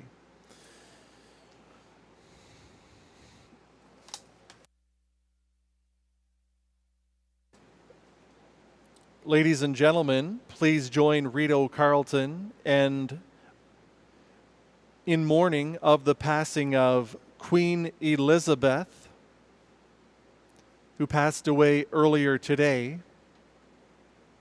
born in 1926.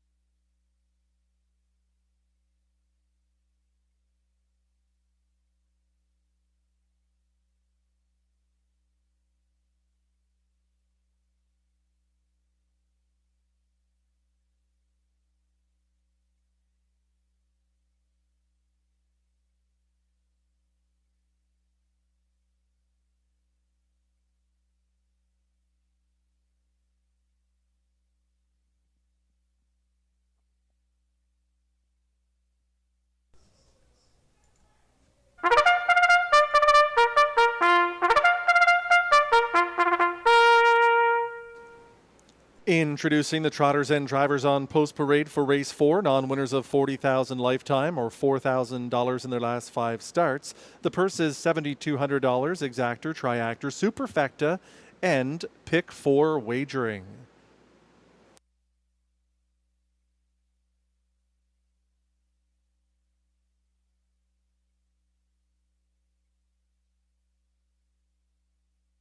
Sometimes When is the one. Robbie Robinson driving for Andrea, Jennifer, and Brittany Smiley.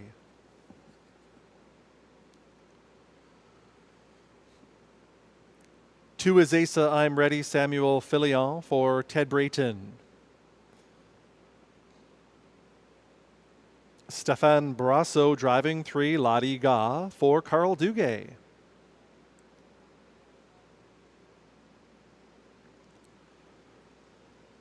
No Wine for You, the 4, Stephen Genois for Philippe Trudeau and Fanny Saul-Beaulieu.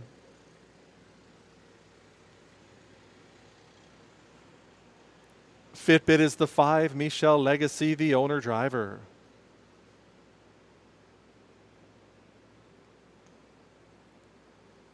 Completing the field is 6, Mask of Zorro, Pascal Berube for Benoit Hébert and Eric Lafleur. That's your field for race 4, 2 minutes until post time. Many are likely wondering why number 4, No Wine for You, is capturing the attention of the wagering public to the tune of 3-2 odds. No Wine for You was noticeably loaded with trot at the wire and beyond. And look at who he competed against, Duke La Victoire and Beyond Chronos. Those two have advanced into the preferred and will be seen later on today's program. If No Wine for You can repeat that performance, he'd be very tough to beat here in the 4th.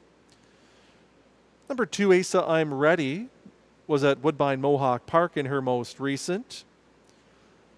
She made a big move in the second quarter to make the lead, finishing a credible 5th, only beaten 4.5 timed in 57-3. With that inside post position and some early speed, she merits consideration as well.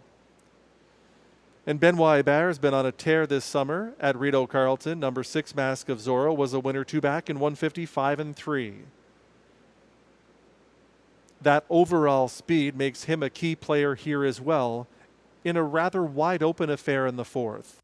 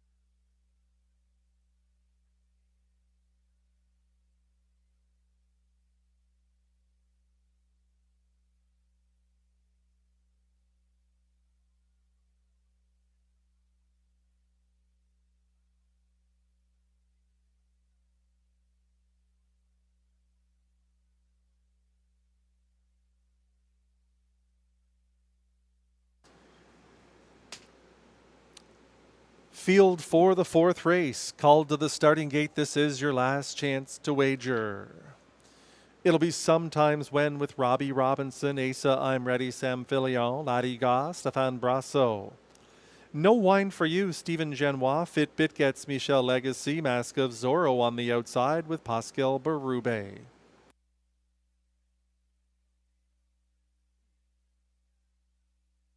Robbie Robinson looking to go back-to-back on the program. He has the longest shot on the board. Number 1, Sometimes When.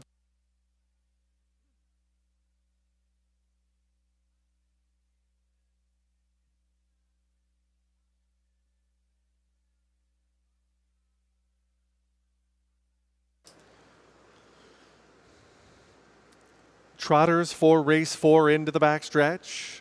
They're at the start. They're off and trotting. Asa I'm Ready is striding out to the early lead. Fitbit is outside of her. Mask of Zorro makes it a 3 wide beginning. Ladiga is caught on the outside early. Sometimes When is further back ahead of No Wine for You, who is the early trailer. Fitbit has made the lead. Asa I'm Ready is into the 2-hole. Mask of Zorro 3rd. The quarter is up in 27-3. They move in front of the grandstand. For Michel Legacy, it's Fitbit in front. Asa I'm Ready tracks in the pocket. Mask of Zorro races third. Lottie Gaz under a big hold to Brasso from fourth. Sometimes When is the fifth one. Trailing the field, No Wine for You, with 8 lengths to make up on the leader. Fitbit is on the lead. Asa I'm Ready is getting the best trip of all from second. After a half of 58-1, they head towards the 3/4 pole. Still going strong, Fitbit by a length and a half. Asa I'm Ready second, Lottie Goth third on the outside. Following that live flow was Mask of Zorro. It's 2 more to Sometimes When. No Wine for You needs to find his best stride with 3/8 of a mile to go. Fitbit is still the leader. Lottie Goth second on the outside. Asa I'm Ready is third by 3/4 of 127-1. On the final turn, Fitbit still clear. Lottie Goth second. Asa I'm Ready is trying to rally from third. Fourth on the outside, Mask of Zorro with 1/8 of a mile to go. Fitbit is trying to get it home. On the outside, Lottie Ga. Asa I'm Ready up the inside. Mask of Zorro way out wide. Fitbit and Michel Legacy to win it over Asa I'm Ready and Mask of Zorro in 156-2.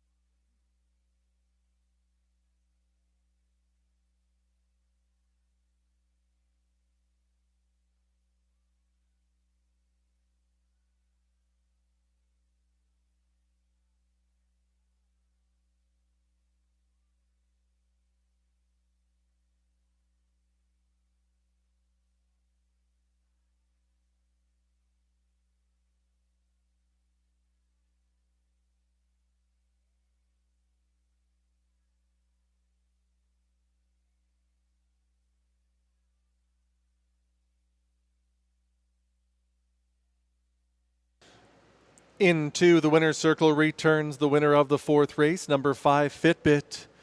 Big gelding, 5 years old by muscle mass, out of the Garland Lobel mare, Armbro Affair. The Mastermind, Matt McDonald, the winning trainer, Anne-Marie Turenne. The winning groom. The winning owner-driver is Michel Legacy. Fitbit, a well-driven winner in 156-2. 27-3, 58-1, 127-1, the mile 156-2. And credit to driver Michel Legacy. Heading into tonight's races, he had a 271 driving average, and it improved further after this performance in the fourth with Fitbit.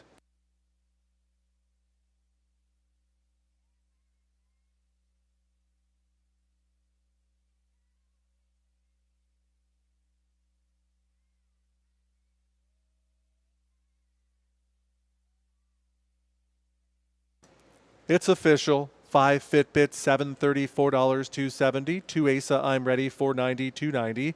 6 Mask of Zorro, $230. 5-2 Exactor, $48.60. Dollar Try, $526, $58.10.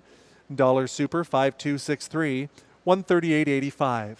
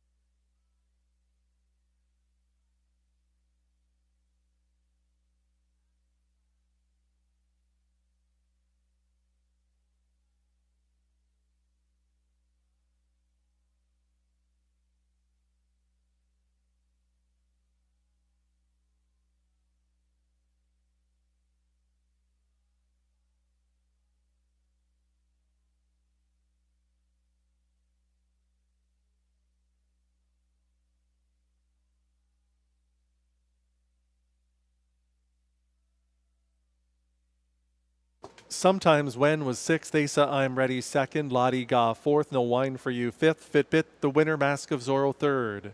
From the top, 6-2-4, 5-1-3.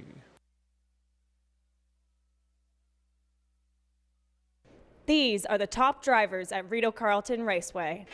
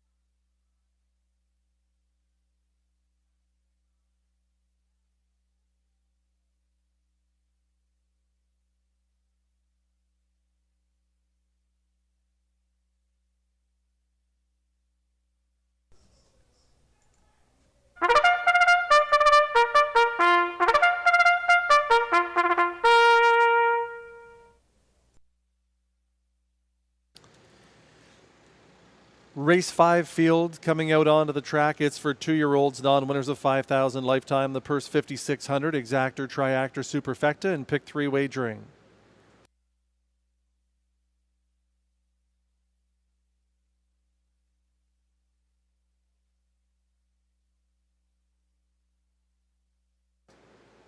Badenberg the 1, Pascal Berube for owner Denis Marcotte, sharing ownership with Marc-Andre Sabarin.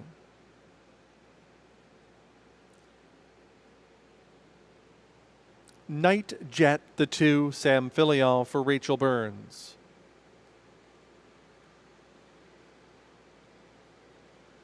Three is better on the island with Guy Gagnon for Brian Scott and Amy Griffin.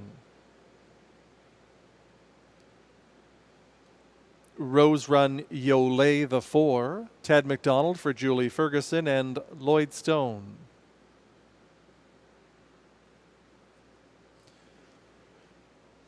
Better Not Sass the 5, Robert Shepard for Nathan Darvo and Taylor Shepard.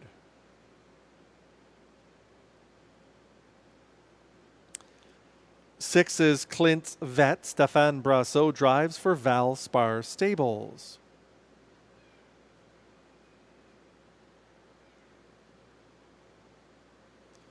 Network Sealster is the 7, Jimmy Gagnon for owner Keith Castle. And that completes your field for race 5 at 2 minutes until post time.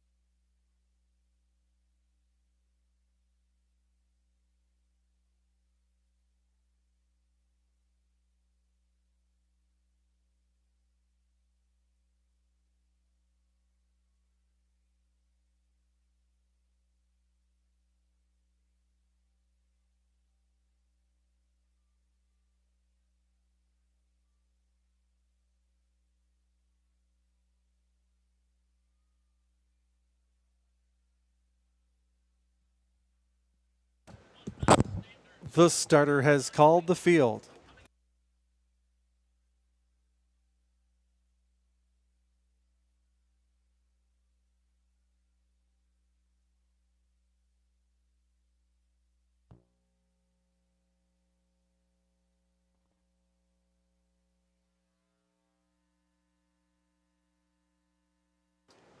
It'll be Badanberg and Pascal Berube, Night Jet, Sam Filion, Better on the Island, Guy Gagnon, Rose Run Yolet, Ted McDonald, Better Not Sass, Robert Shepard, Clint Svet, Stéphane Brassot. Network Sealster is on the outside with Jimmy Gagnon.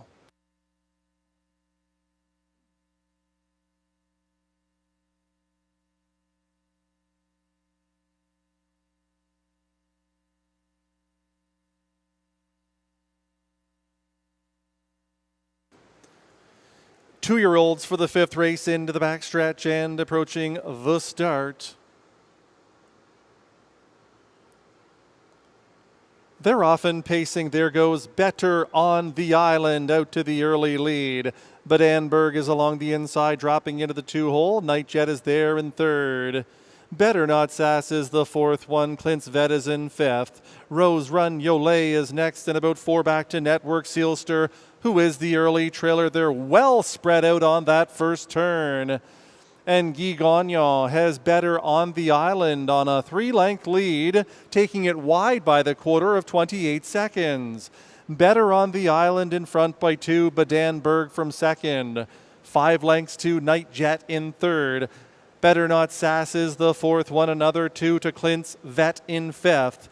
It's 3 more lengths to Rose Run Yolet. Trailing the field, Network Sealster single file on the way to the half they go. Stepping it off on the lead is Better on the Island. Keeping tabs from second, Badanberg by the half in 58-1 to the backstretch they go. Better on the Island leads by 2 on Badanberg. Another 2, Night Jet paces third. Fresh fourth to Better Not Sass. Clint's Vet is to the inside. Outside for Rose Run Yolet, picking it up out of the backfield. And trailing the field throughout has been Network Sealster. Towards 3/4 they go. Better on the Island by 2. 3/4 in 1:28. Better on the Island, the leader on the final turn. Badanberg in with a shot from second. Picking up third is Rose Run Yolet. Network Sealster is making a nice move. So is Clint's Vet with an 1/8 of a mile to go. Better on the Island. Here comes Badanberg. Better on the Island. Badanberg. It's Better on the Island in front. Badanberg was second. Finishing third, Rose Run Yolet in 1:56-3.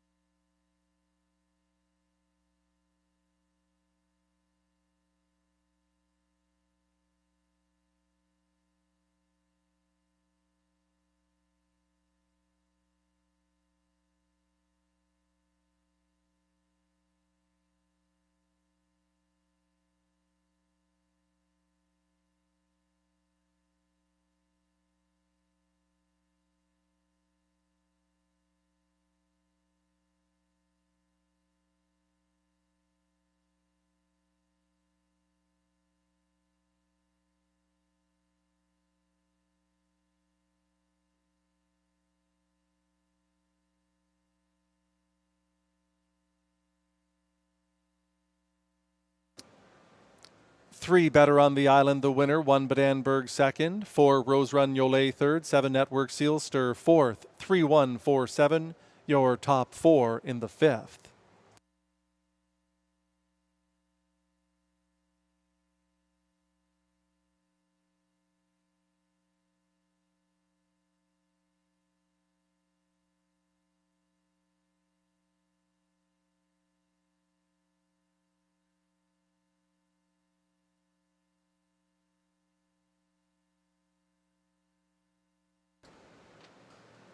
Into the winner's circle returns the winner of race 5. Number 3, Better on the Island. A bay filly, 2 years old, by Better Than Cheddar, out of the vintage Master Mare, I'm Before You. Winning trainer Brian Scott co-owns with Amy Griffin. Guy Gagnon, the winning driver, better on the island in 156 and 3. That's a new lifetime record. 28:58 and 1, 128 the mile, 156 and 3. And to the left of Guy Gagnon, we'd like to welcome Alex Scott to the winner's circle. Thanks, Alex.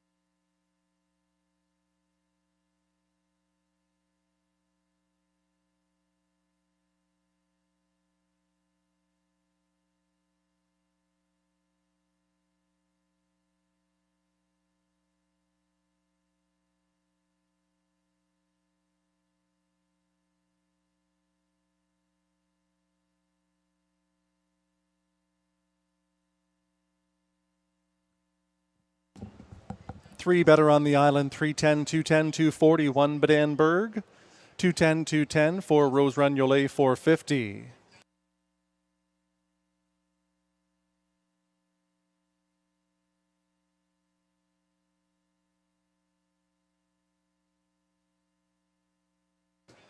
$0.20 pick 4, 404, 87, 24.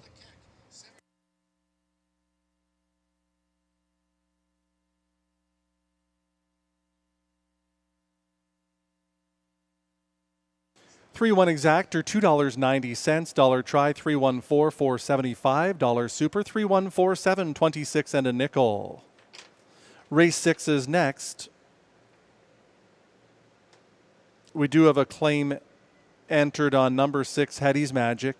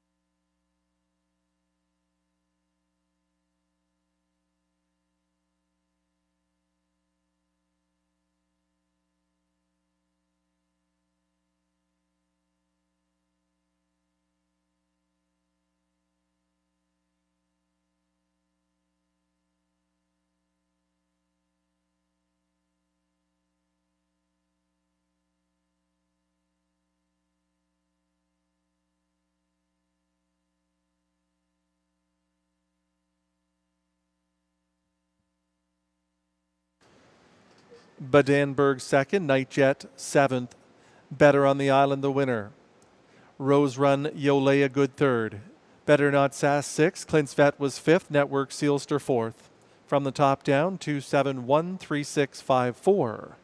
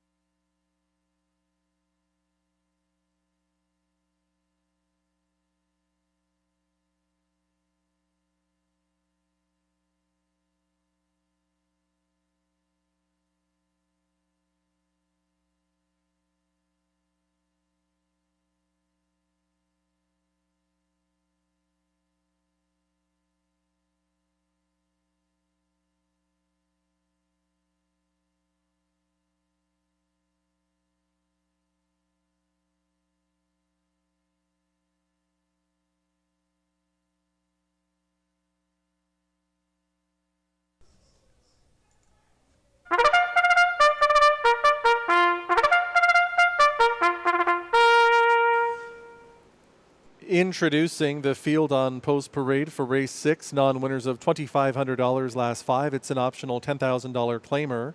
Or for non-winners of 3 races lifetime, the purse $6,200.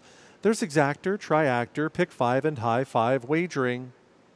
Claim entered on the 6 Hetty's Magic. Add Lasix to number 2 HP Running Mass.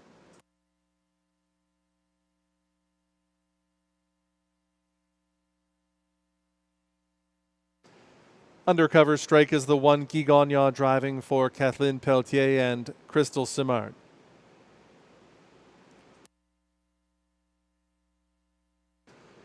HP running mass is the 2, Stéphane Brasso for Jean-Francois Reed and Marie-Claude Reed.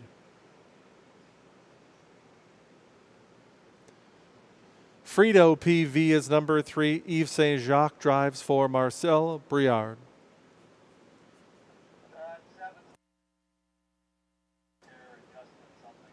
Ongoing Royalty the 4, Stephen Genois for Fanny Saul-Beaulieu and Philippe Trudeau.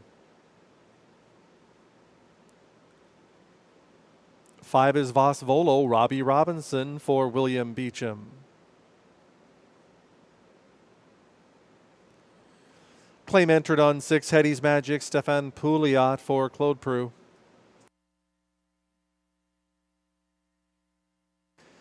Incredible Hall 7 will complete the field. He is delayed in the paddock with a Murphy blind adjustment.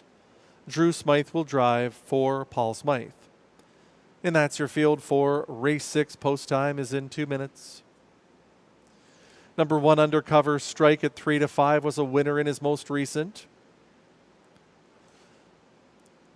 Undercover Strike and Frido PV were off on their own on the final turn, and Frido PV just simply couldn't hold off the classy veteran Undercover Strike.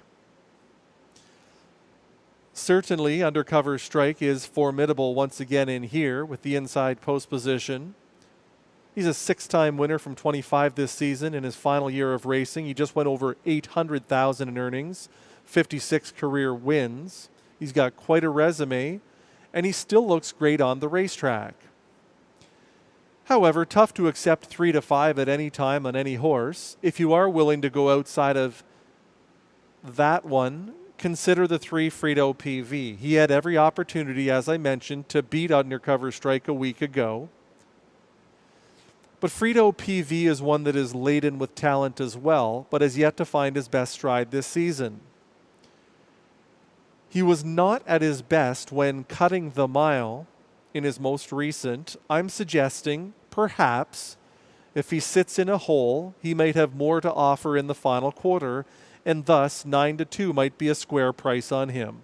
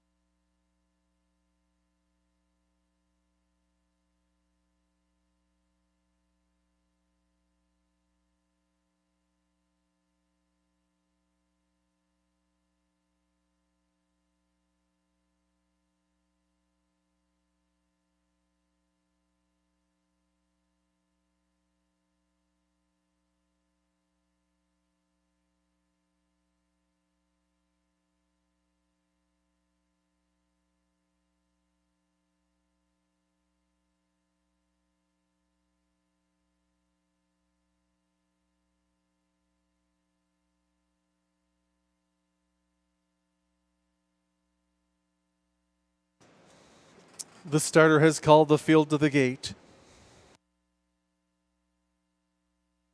looking for win number 57 lifetime is Undercover Strike and Guy Gagnon. HP Running Mass, Stéphane Brassot, Frido PV, Yves Saint-Jacques. Ongoing Royalty gets Stephen Genois, Voss Volo, and Robbie Robinson. Hetty's Magic, Stefan Pouliot, Incredible Hall starts on the outside with Drew Smythe.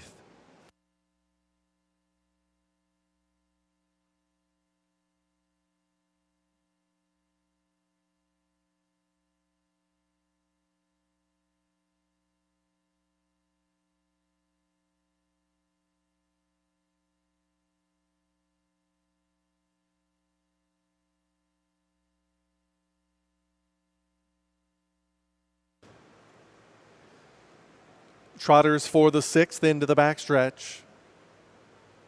Approaching the start.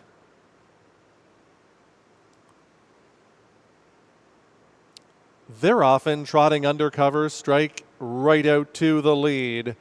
HP Running Mass from 2nd. Down the center, here comes Hetty's Magic. Frido PV is the 4th one. Ongoing Royalty settles away from the gate in 5th. It's another 2 back to Voss Volo. The early trailer is Incredible Hall.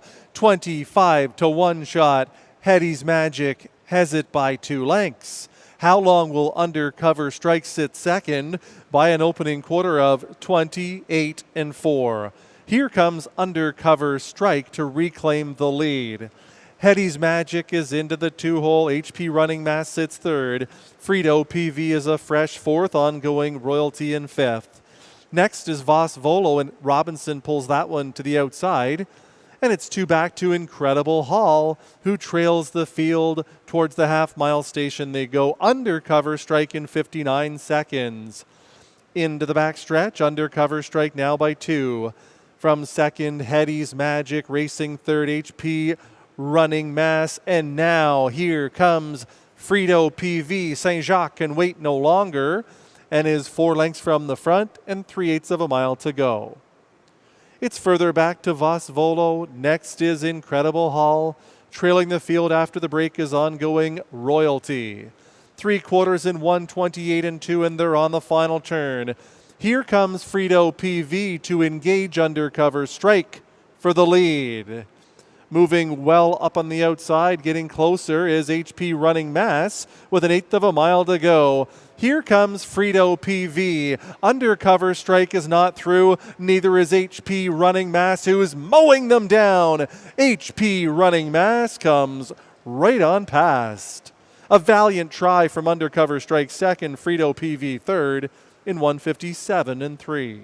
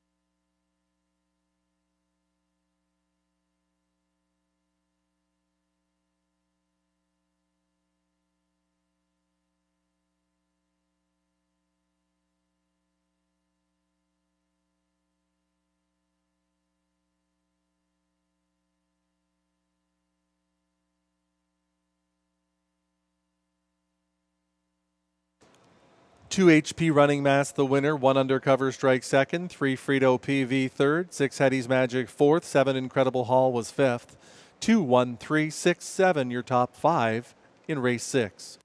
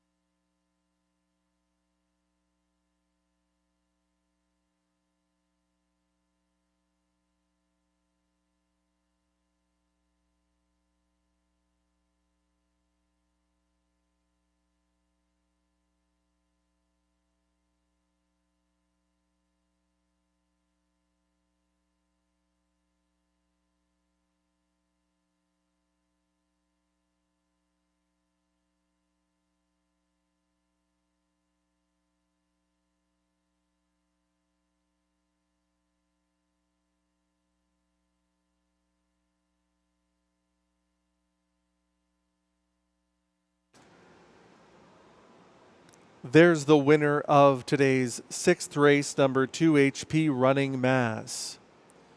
Big Gelding, 4 years old by Muscle Mass, out of the promising Catch Mare Canico Runner. Winning trainer Jean-Francois Reed shares ownership with Marie-Claude Reed. The winning driver, Stéphane Brasso. HP Running Mass in 157 and 3, 28 and 4, 59, 128 and 2, the mile 157 and 3.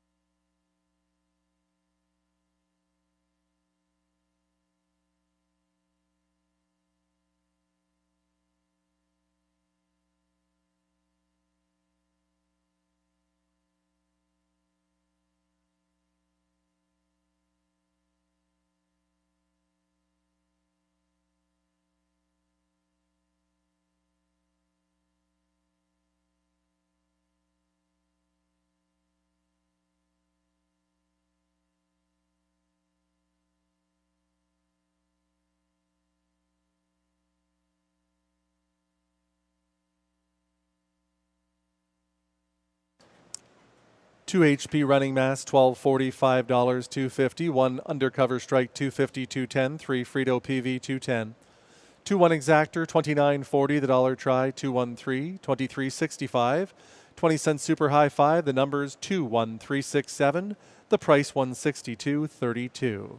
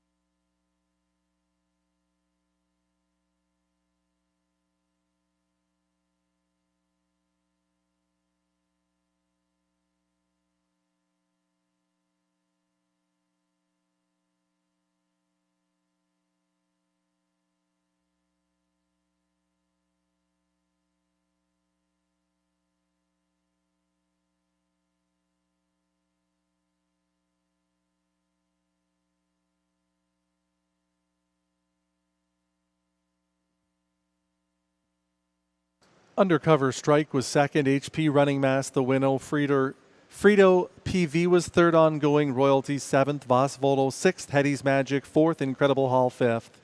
From the top, 213 7645.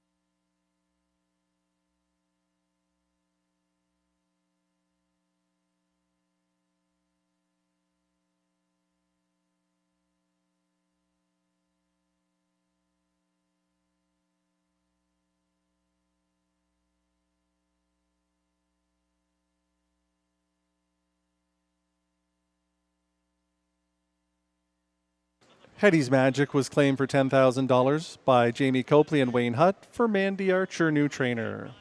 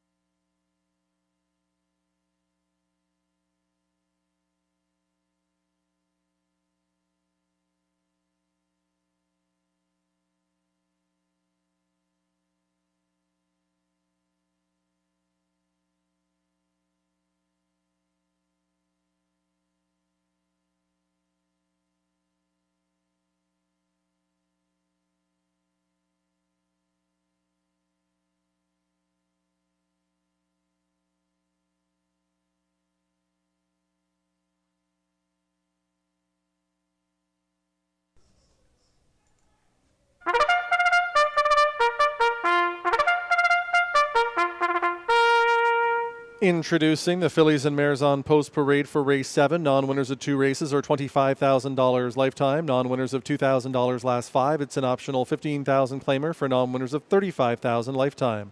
The purse $7,100. There's Exactor, Triactor, Superfecta, and Pick 4 wagering.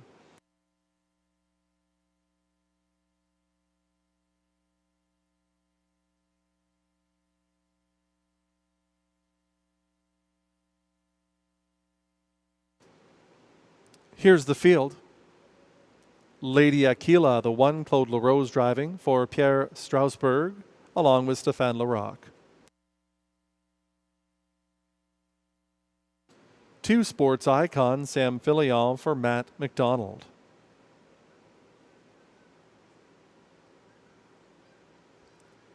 Betting Hannah 3, Jimmy Gagnon drives for Imagine Stable.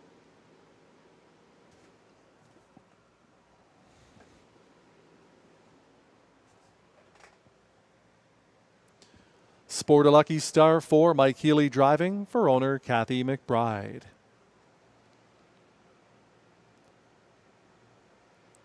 Premier Star the 5, Robert Shepard for Denis Marcotte and Marc-Andre Sabarin.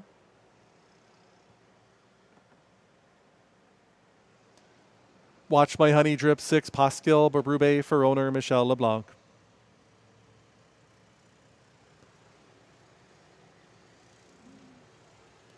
St. Lad Sugar 7, Guy Gagnon for Jamie and Jacob Copley.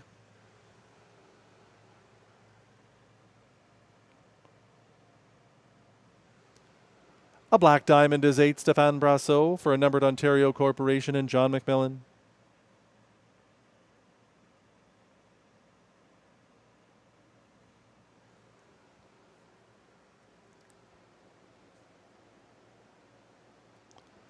Right 1-9 completes the field. Stéphane Pouliot for owner François Lecomte.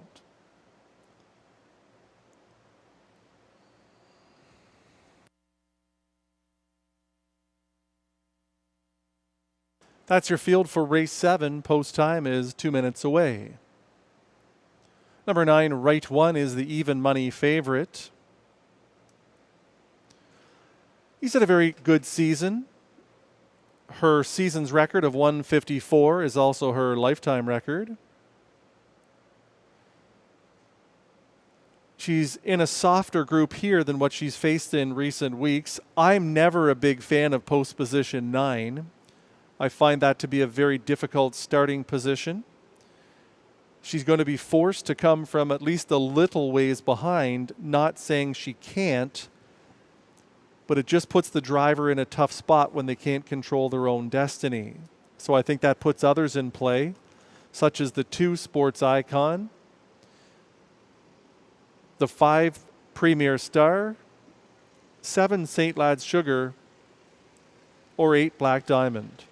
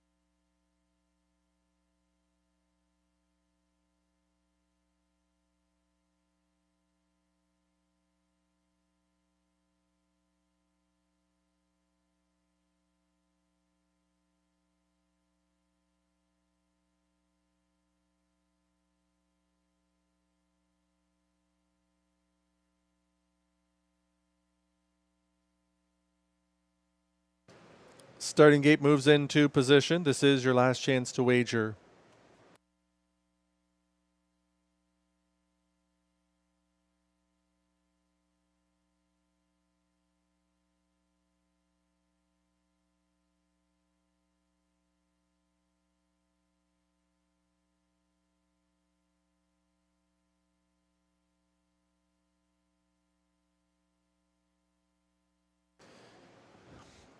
It'll be Lady Aquila with Claude LaRose, Sports Icon, Sam Fillion. Betting Hannah, Jimmy Gagnon, Sport a Lucky Star, Mike Healy. Premier Star, Robert Shepard, Watch My Honey Drip, and Pascal Berube, St. Lad's Sugar, Guy Gagnon. A Black Diamond on the outside with Stéphane Brassot, Right One in the second tier, driven by Stéphane Pouliot. The mares are now in the hands of the starter. It's post time for race 7.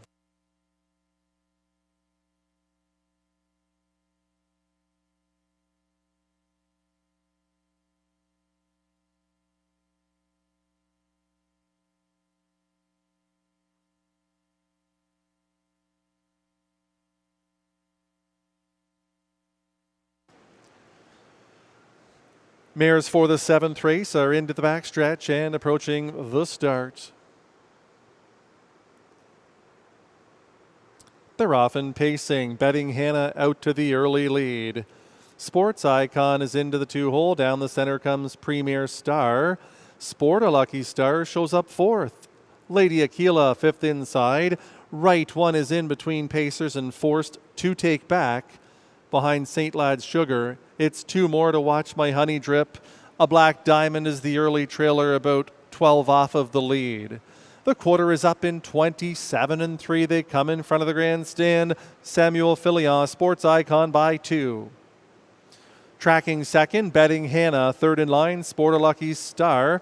To the outside, St. Lad's Sugar is working up from 4th. Premier Star is the 5th one. Out into the flow comes Right One ahead of Lady Aquila. Watch My Honey Drip has only 1 beaten, and that is a Black Diamond.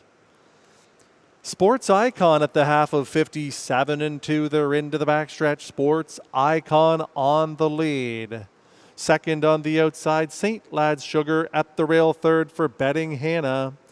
Out into the flow is Right One. Saving ground up the inside to Sport a Lucky Star.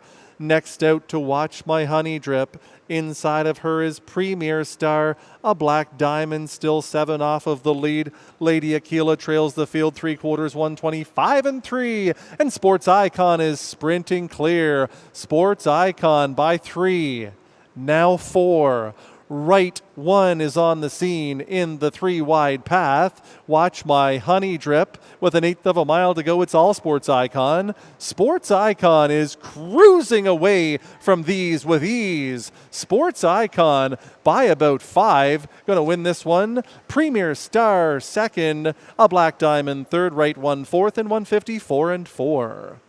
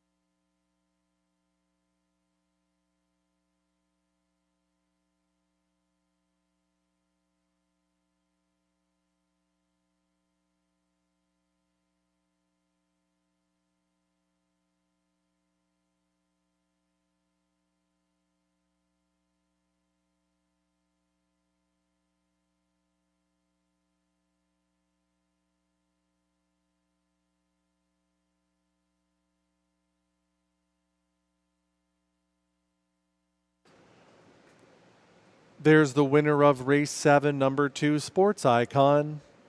Bay Mare, 7 years old, by Sports Writer, out of the Camluck Mare, Twinbee Tory. The Mastermind, the winning owner, that's his second of the day. He's also the winning trainer, Anne-Marie Turenne, out trackside, with winning driver, Sam the Man Filion. Sports Icon, 5th of the season, 154 and 4/5. 27 and 3, 57 and 2, 125 and 3, the mile 154 and 4.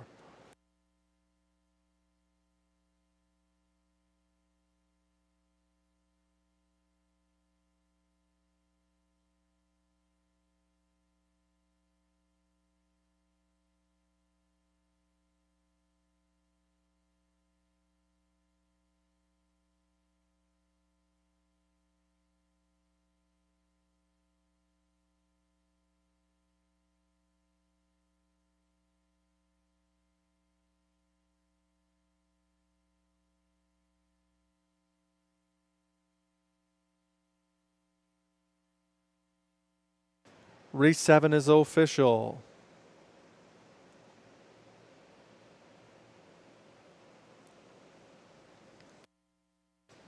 Two Sports Icon, $7, $440, $330. 5 Premier Star, $360, $290. 8 a Black Diamond, $520.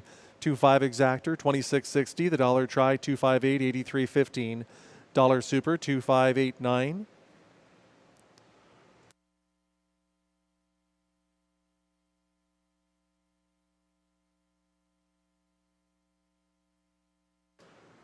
$238.70.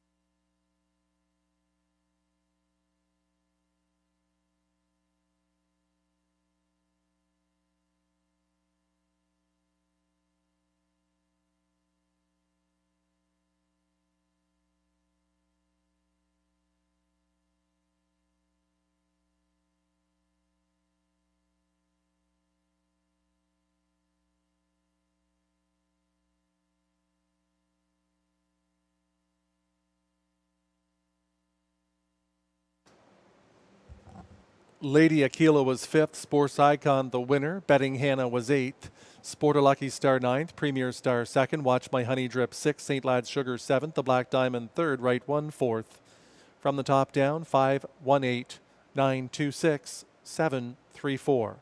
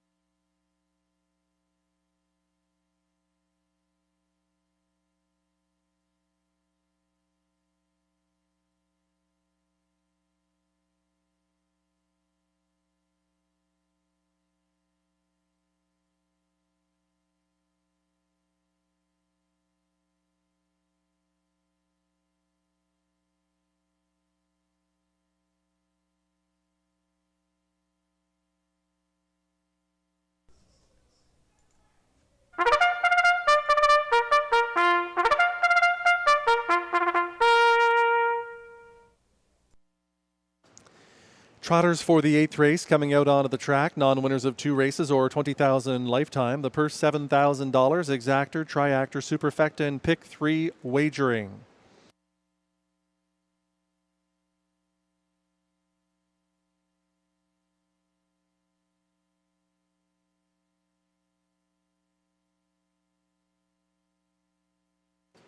Bet on a wheelin', number 1, Stéphane Brassot for François Leblanc.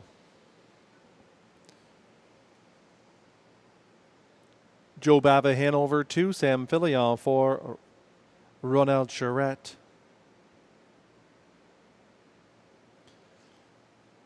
Pacific Roll 3, Pascal Berube for Jeremy Marcotte.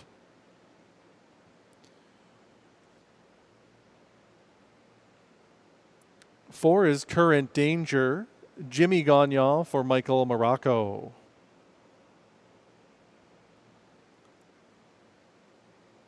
Vitor is the 5, Stéphane Pouliot for a numbered Quebec Corporation, Donald Jobin and Danielle Belil.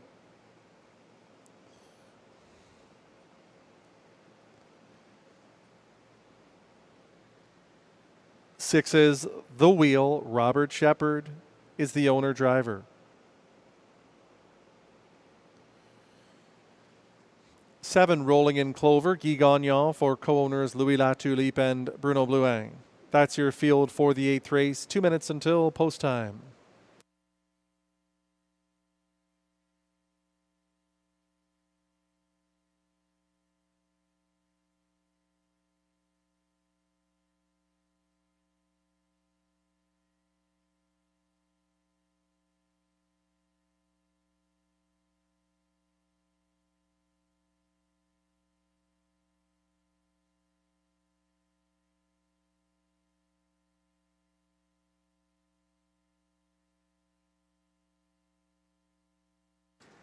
I'll tell you who looks exceptionally good on the track for a 13-1 shot is the 2, Joe Bava Hanover.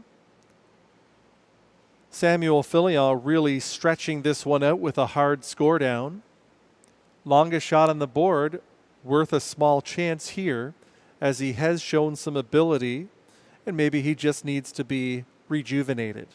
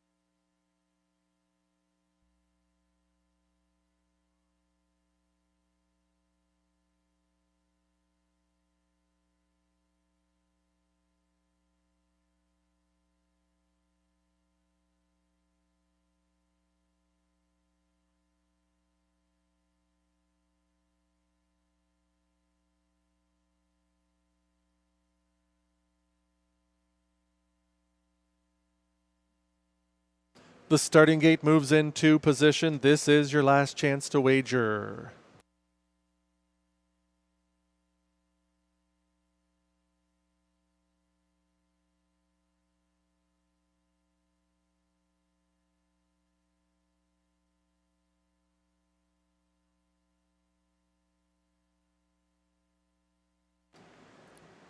The starter is called the Trotters.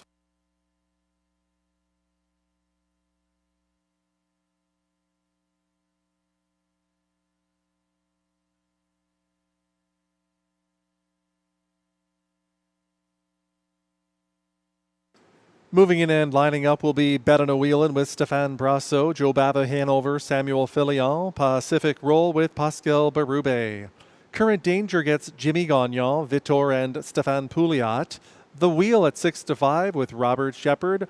On the outside, Rolling in Clover with Guy Gagnon.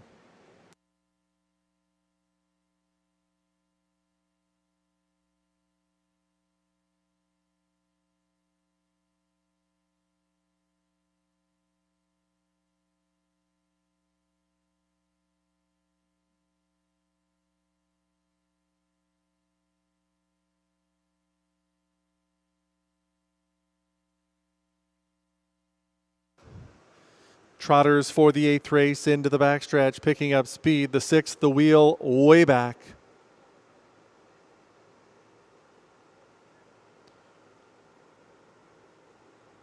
They're often trotting Pacific Roll out to the early lead. Rolling in Clover far outside. Vitor is in between trotters. Current Danger is in the vanguard. Along the inside, Bet on a Wheelin' as well. Next to Rolling in Clover, further back to Joe Bava Hanover. The Wheel is the distant trailer as they move off the turn and trot to that opening quarter in 28-2. Here comes Current Danger up to engage Pacific Roll for the lead. Current Danger ducks into the 2-hole. Vitor sits third. Bet on a Wheelin' is in fourth. Rolling in Clover, the 5th one. Then comes Joe Bava Hanover with 8 lengths to make up on the leader. Not today for The Wheel. They're on their way to the half. Stepping it off on the lead for Berube is Pacific Roll. Vitor is on the attack from second by the half in 59 seconds. Towards 3/4, Pacific Roll. On the outside, Vitor at the rail third, Current Danger. Bet on a Wheelin' is well situated, second over fourth. Inside fifth to Rollin' in Clover. Joe Bava Hanover is third out into the flow, still with 6 lengths to make up as they trot towards 3/4. Pacific Roll has rebuffed all challenges to the 3/4 pole in 1:28-2. Pacific Roll is on the lead, but it's a tenuous one. Vitor second on the outside, Current Danger from third. Then Bet on a Wheelin', Joe Bava Hanover into the 3 wide path there as well. Rolling in Clover with an 1/8 of a mile to go.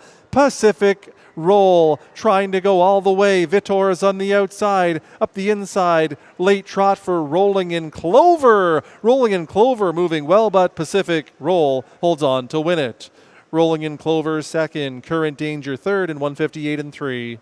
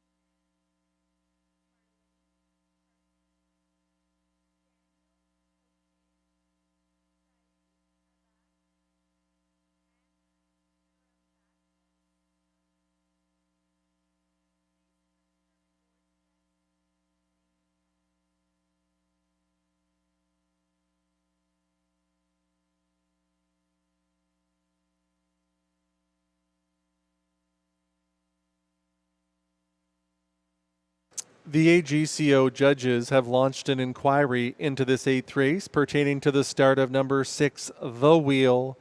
They will determine whether or not he received a fair start.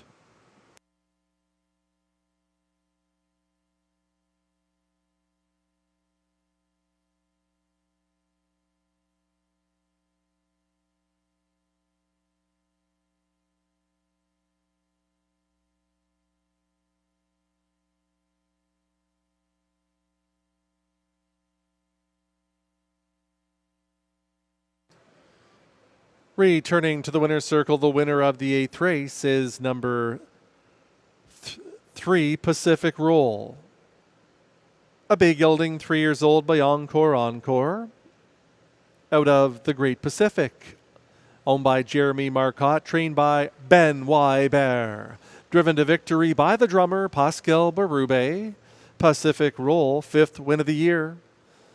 Today's mile 158 and 3, 28 and 2, 59, 128 and 2, the mile 158 and 3/5. Pacific Roll and Berube take the 8th.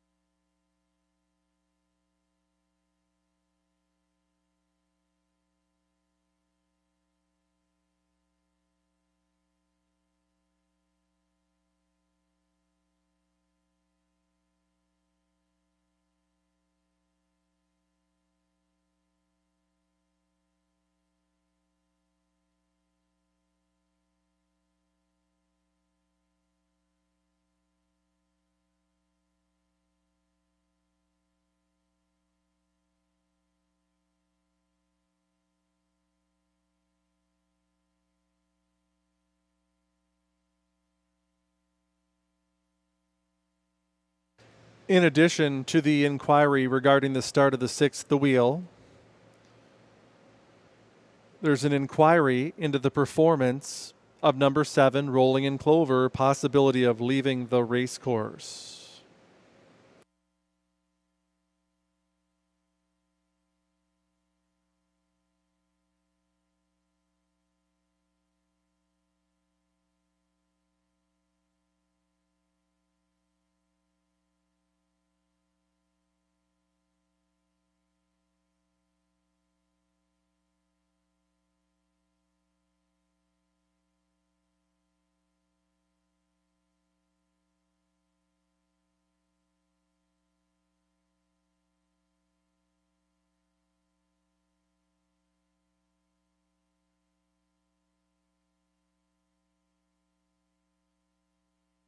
AGCO judges looking at the action at the top of the stretch pertaining to 7.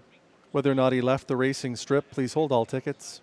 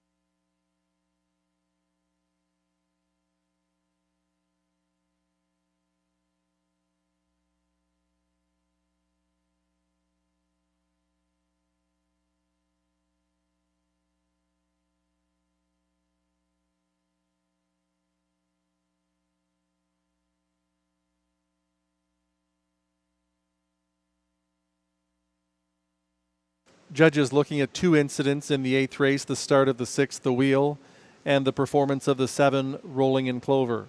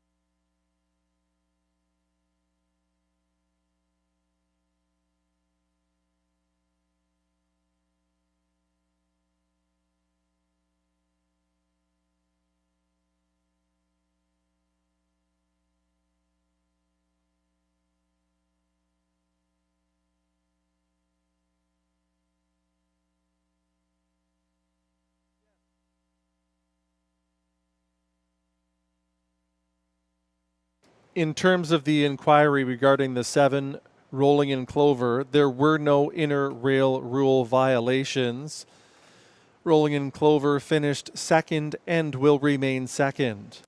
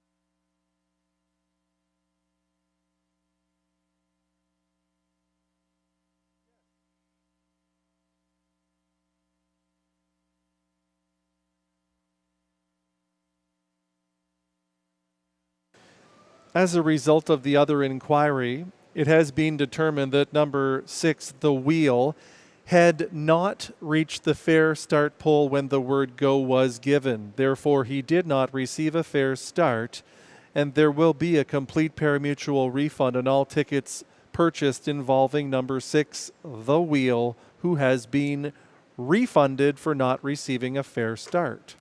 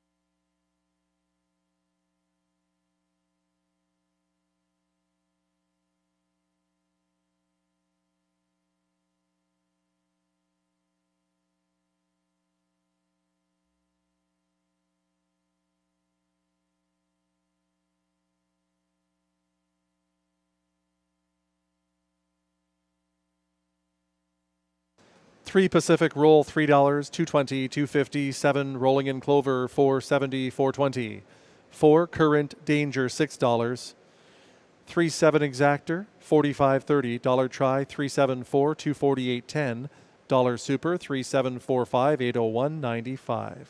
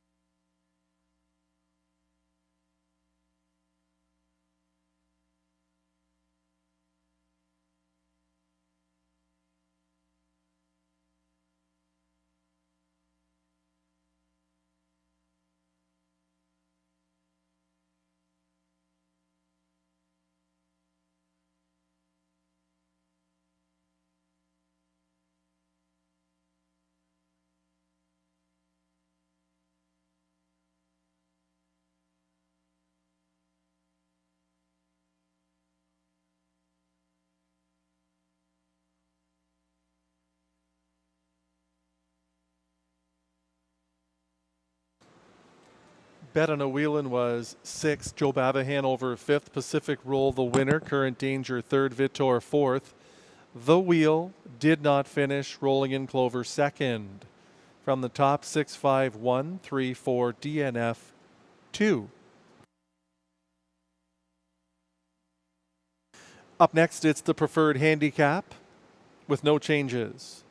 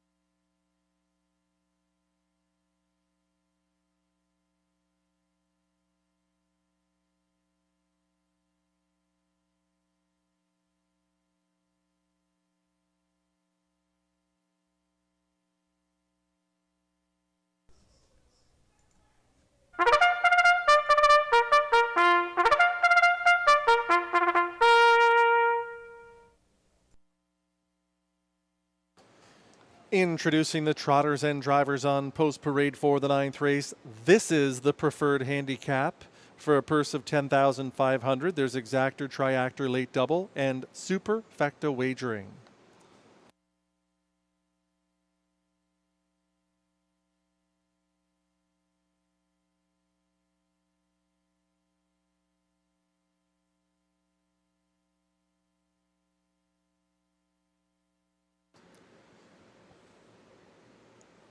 Number 1, Rose Run Rudy, Stephen Genois for Fanny Sol-Beaulieu, Philippe Trudeau, and Isabelle Labbé. 2, Beyond Chrono, Ski Gagnon for Michael and Sam Sergi.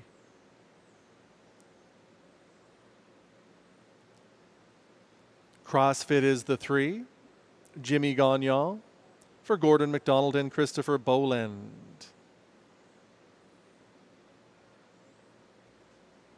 Number 4 is Come On Over Hanover, Stéphane Brassot for Percy Elkins.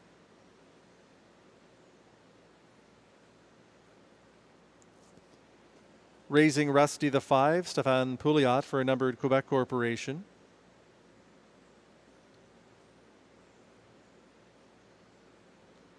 Six is Duke La Victoire, Jacques Baudouin for Suzanne La Victoire.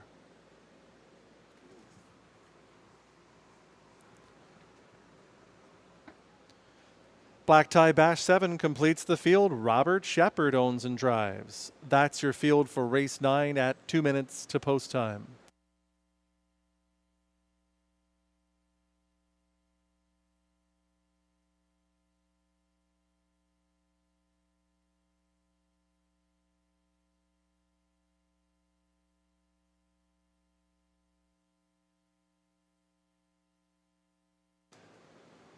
Seven, Black Tie Bash has done all that Robert Shepard could ask of him. He's won 6 times this season, earned over $45,000. He was second to a strong winner in Capteur de Rev in his most recent, coming from way out of it.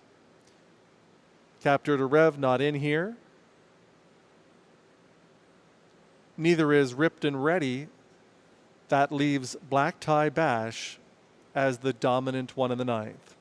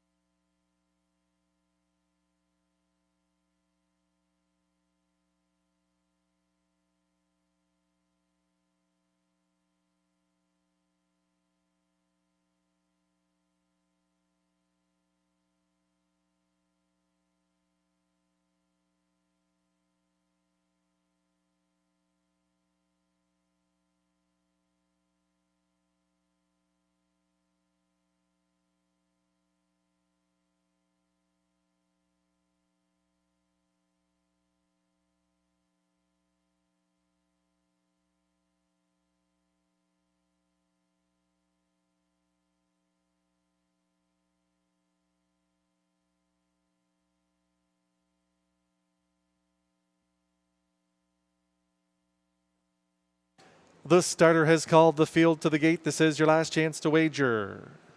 Moving in and lining up for the 9th will be Rose Run Rudy and Stephen Genois. Beyond Chronos, Guy Gagnon. CrossFit, Jimmy Gagnon. Come on over Hanover with Stéphane Brassot, Raising Rusty, Stéphane Pouliot, Duke La Victoire, Jacques Baudouin. On the outside is Black Tie Bash and Robert Shepard.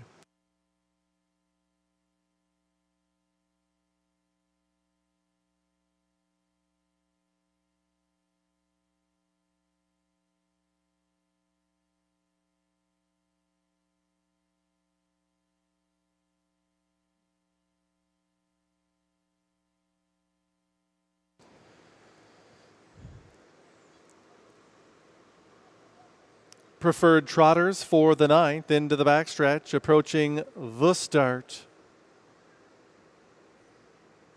They're often trotting Beyond Chronos is out fast to take the early lead. Up on the outside comes Duke La Victoire. CrossFit is on to be 3rd. Rose Run Rudy, the 4th one. Come on over Hanover is 5th on the inside. Black Tie Bash is outside of him. The early trailer is Raising Rusty as they race off the turn towards the quarter-mile pole, and Duke La Victoire is in front. The quarter is up in 28-2. They come in front of the grandstand for the first time. Duke La Victoire is the leader. From second, Beyond Chronos. Another 2, Rose Run Rudy trots 3rd. CrossFit is 4th, 5th on the outside, Black Tie Bash. Then comes Raising Rusty. Come on over Hanover trails the field. He has 9 lengths to make up and just over half a mile to do so.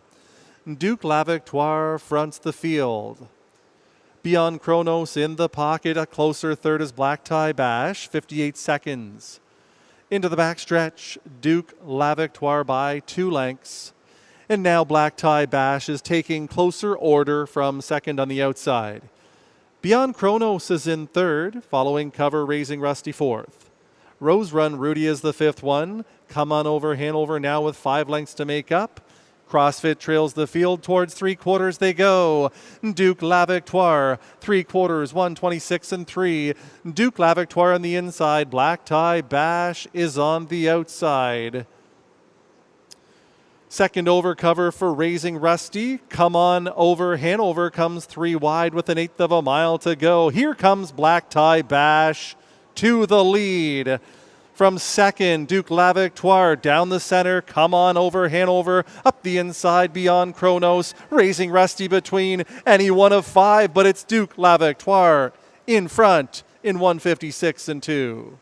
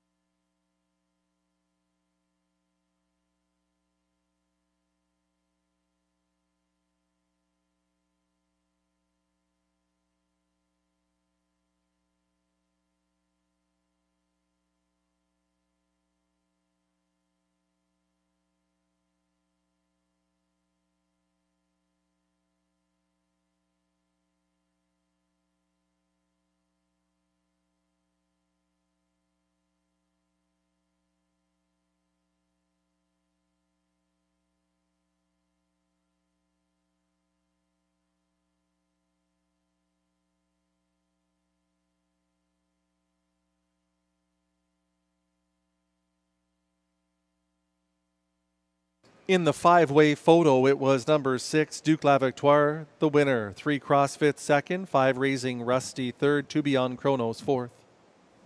6-3-5-2, your top 4 in the 9th.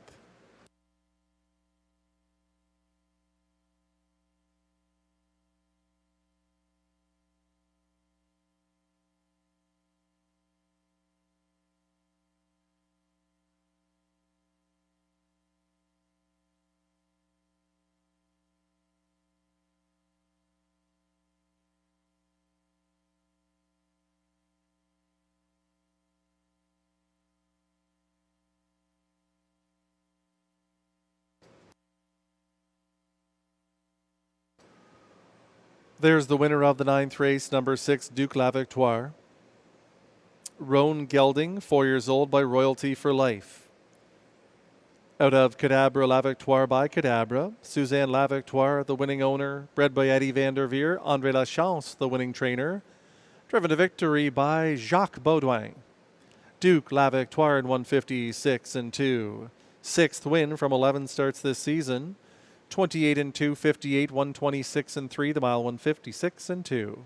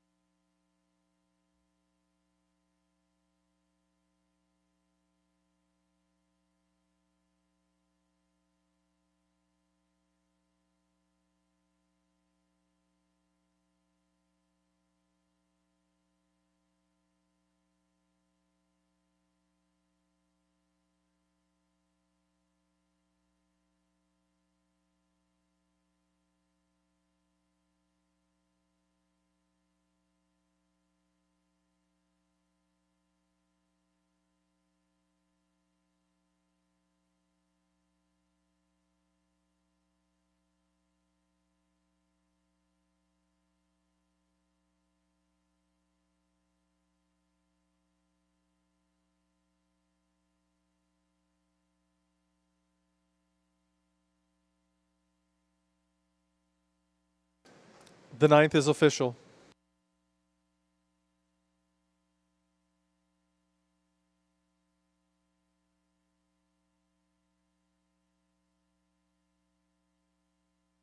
$6 Duke La Victoire, $20, $6.80, $4, 3 CrossFit, $5, $2.50, 5 Raising Rusty, $4.40, 6-3 Exactor, $148.10, the dollar try, $6.35, $3.21.50, dollar super, $6.352, $8.96.15.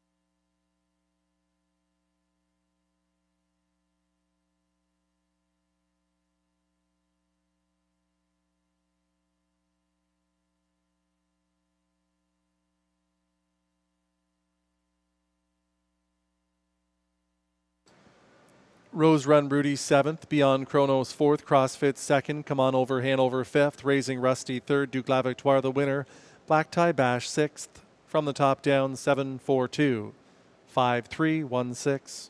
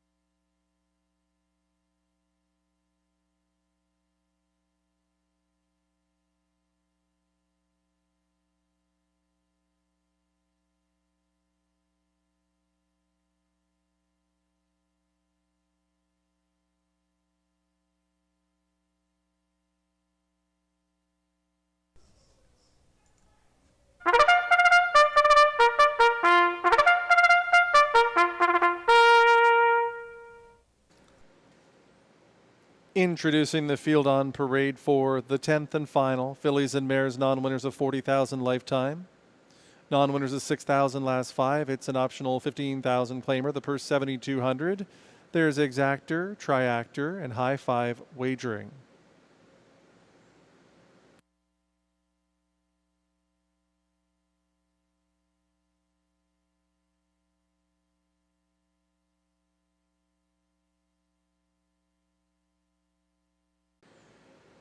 La Petite Grise the 1, Stéphane Pouliot for Michel Letendre and Fernand Jaudoin.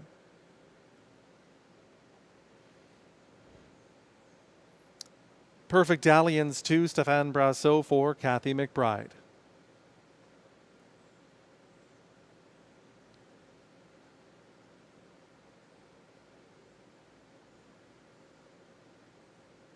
Talking Again 3, Robbie Robinson for Susan Roy.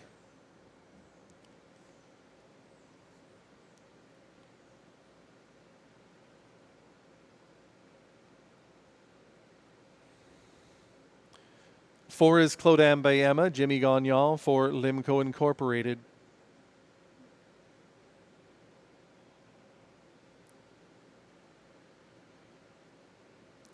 Bumble Baby and Me is the 5. But there's the 6, Jessica's Legacy with Sam Fillion for Michelle LeBlanc and Gary Lee.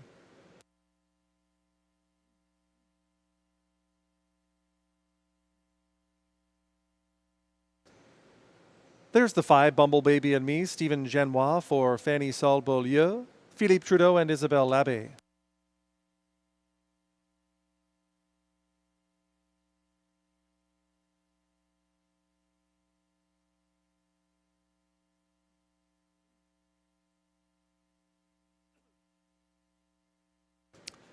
Seven is Ask My Secretary, Pascal Berube for Michel Letarte and Jean Allaire. How McFeisty is the 8, Robert Shepard for Robert Bernicki.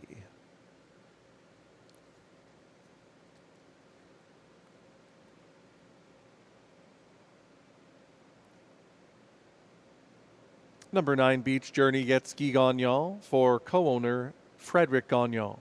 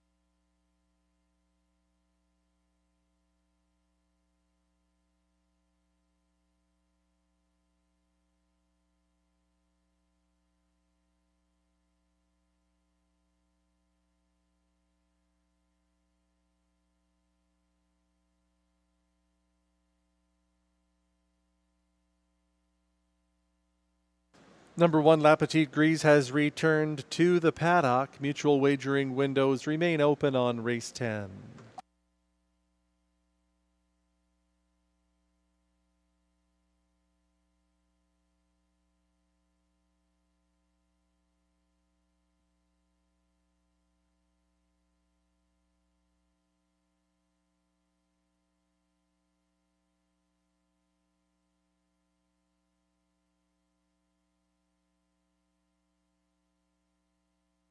Number 1 returning to the racetrack.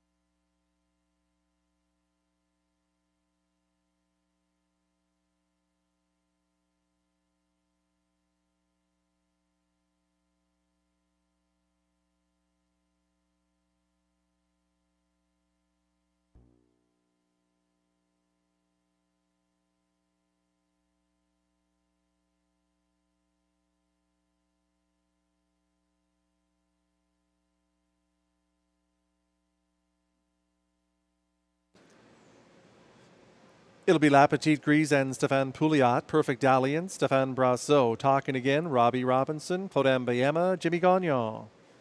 Bumble Baby and Me, Stephen Genois, Jessica's Legacy, Sam Filion. Ask My Secretary, Pascal Berube, Hal McFeisty, Robert Shepard. Beach Journey is in the second tier, driven by Guy Gagnon.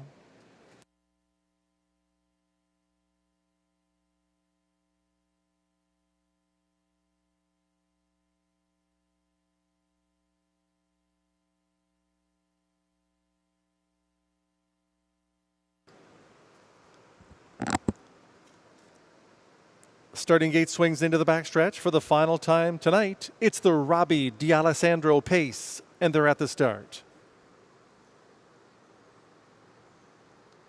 They're off and pacing. There goes Ask My Secretary, who's launched out after the early lead.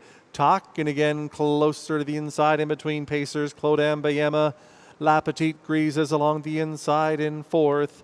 The fifth one is Beach Journey. Perfect Alliance is sixth away. Bumble Baby and Me. The next one, Jessica's Legacy, is ahead of only Hal McFeisty as they pace past the opening quarter in 28-1. And now Claude Mbayema makes the lead. Talkin' Again, Robbie Robinson isn't waiting and is reclaiming under the line the first time.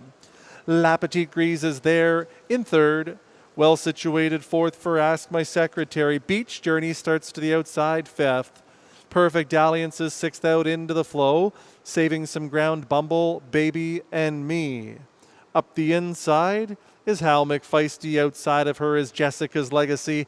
Past the half of 57-4 towards three quarters, chasing Talkin' Again. Second on the outside, Beach Journey is inching in.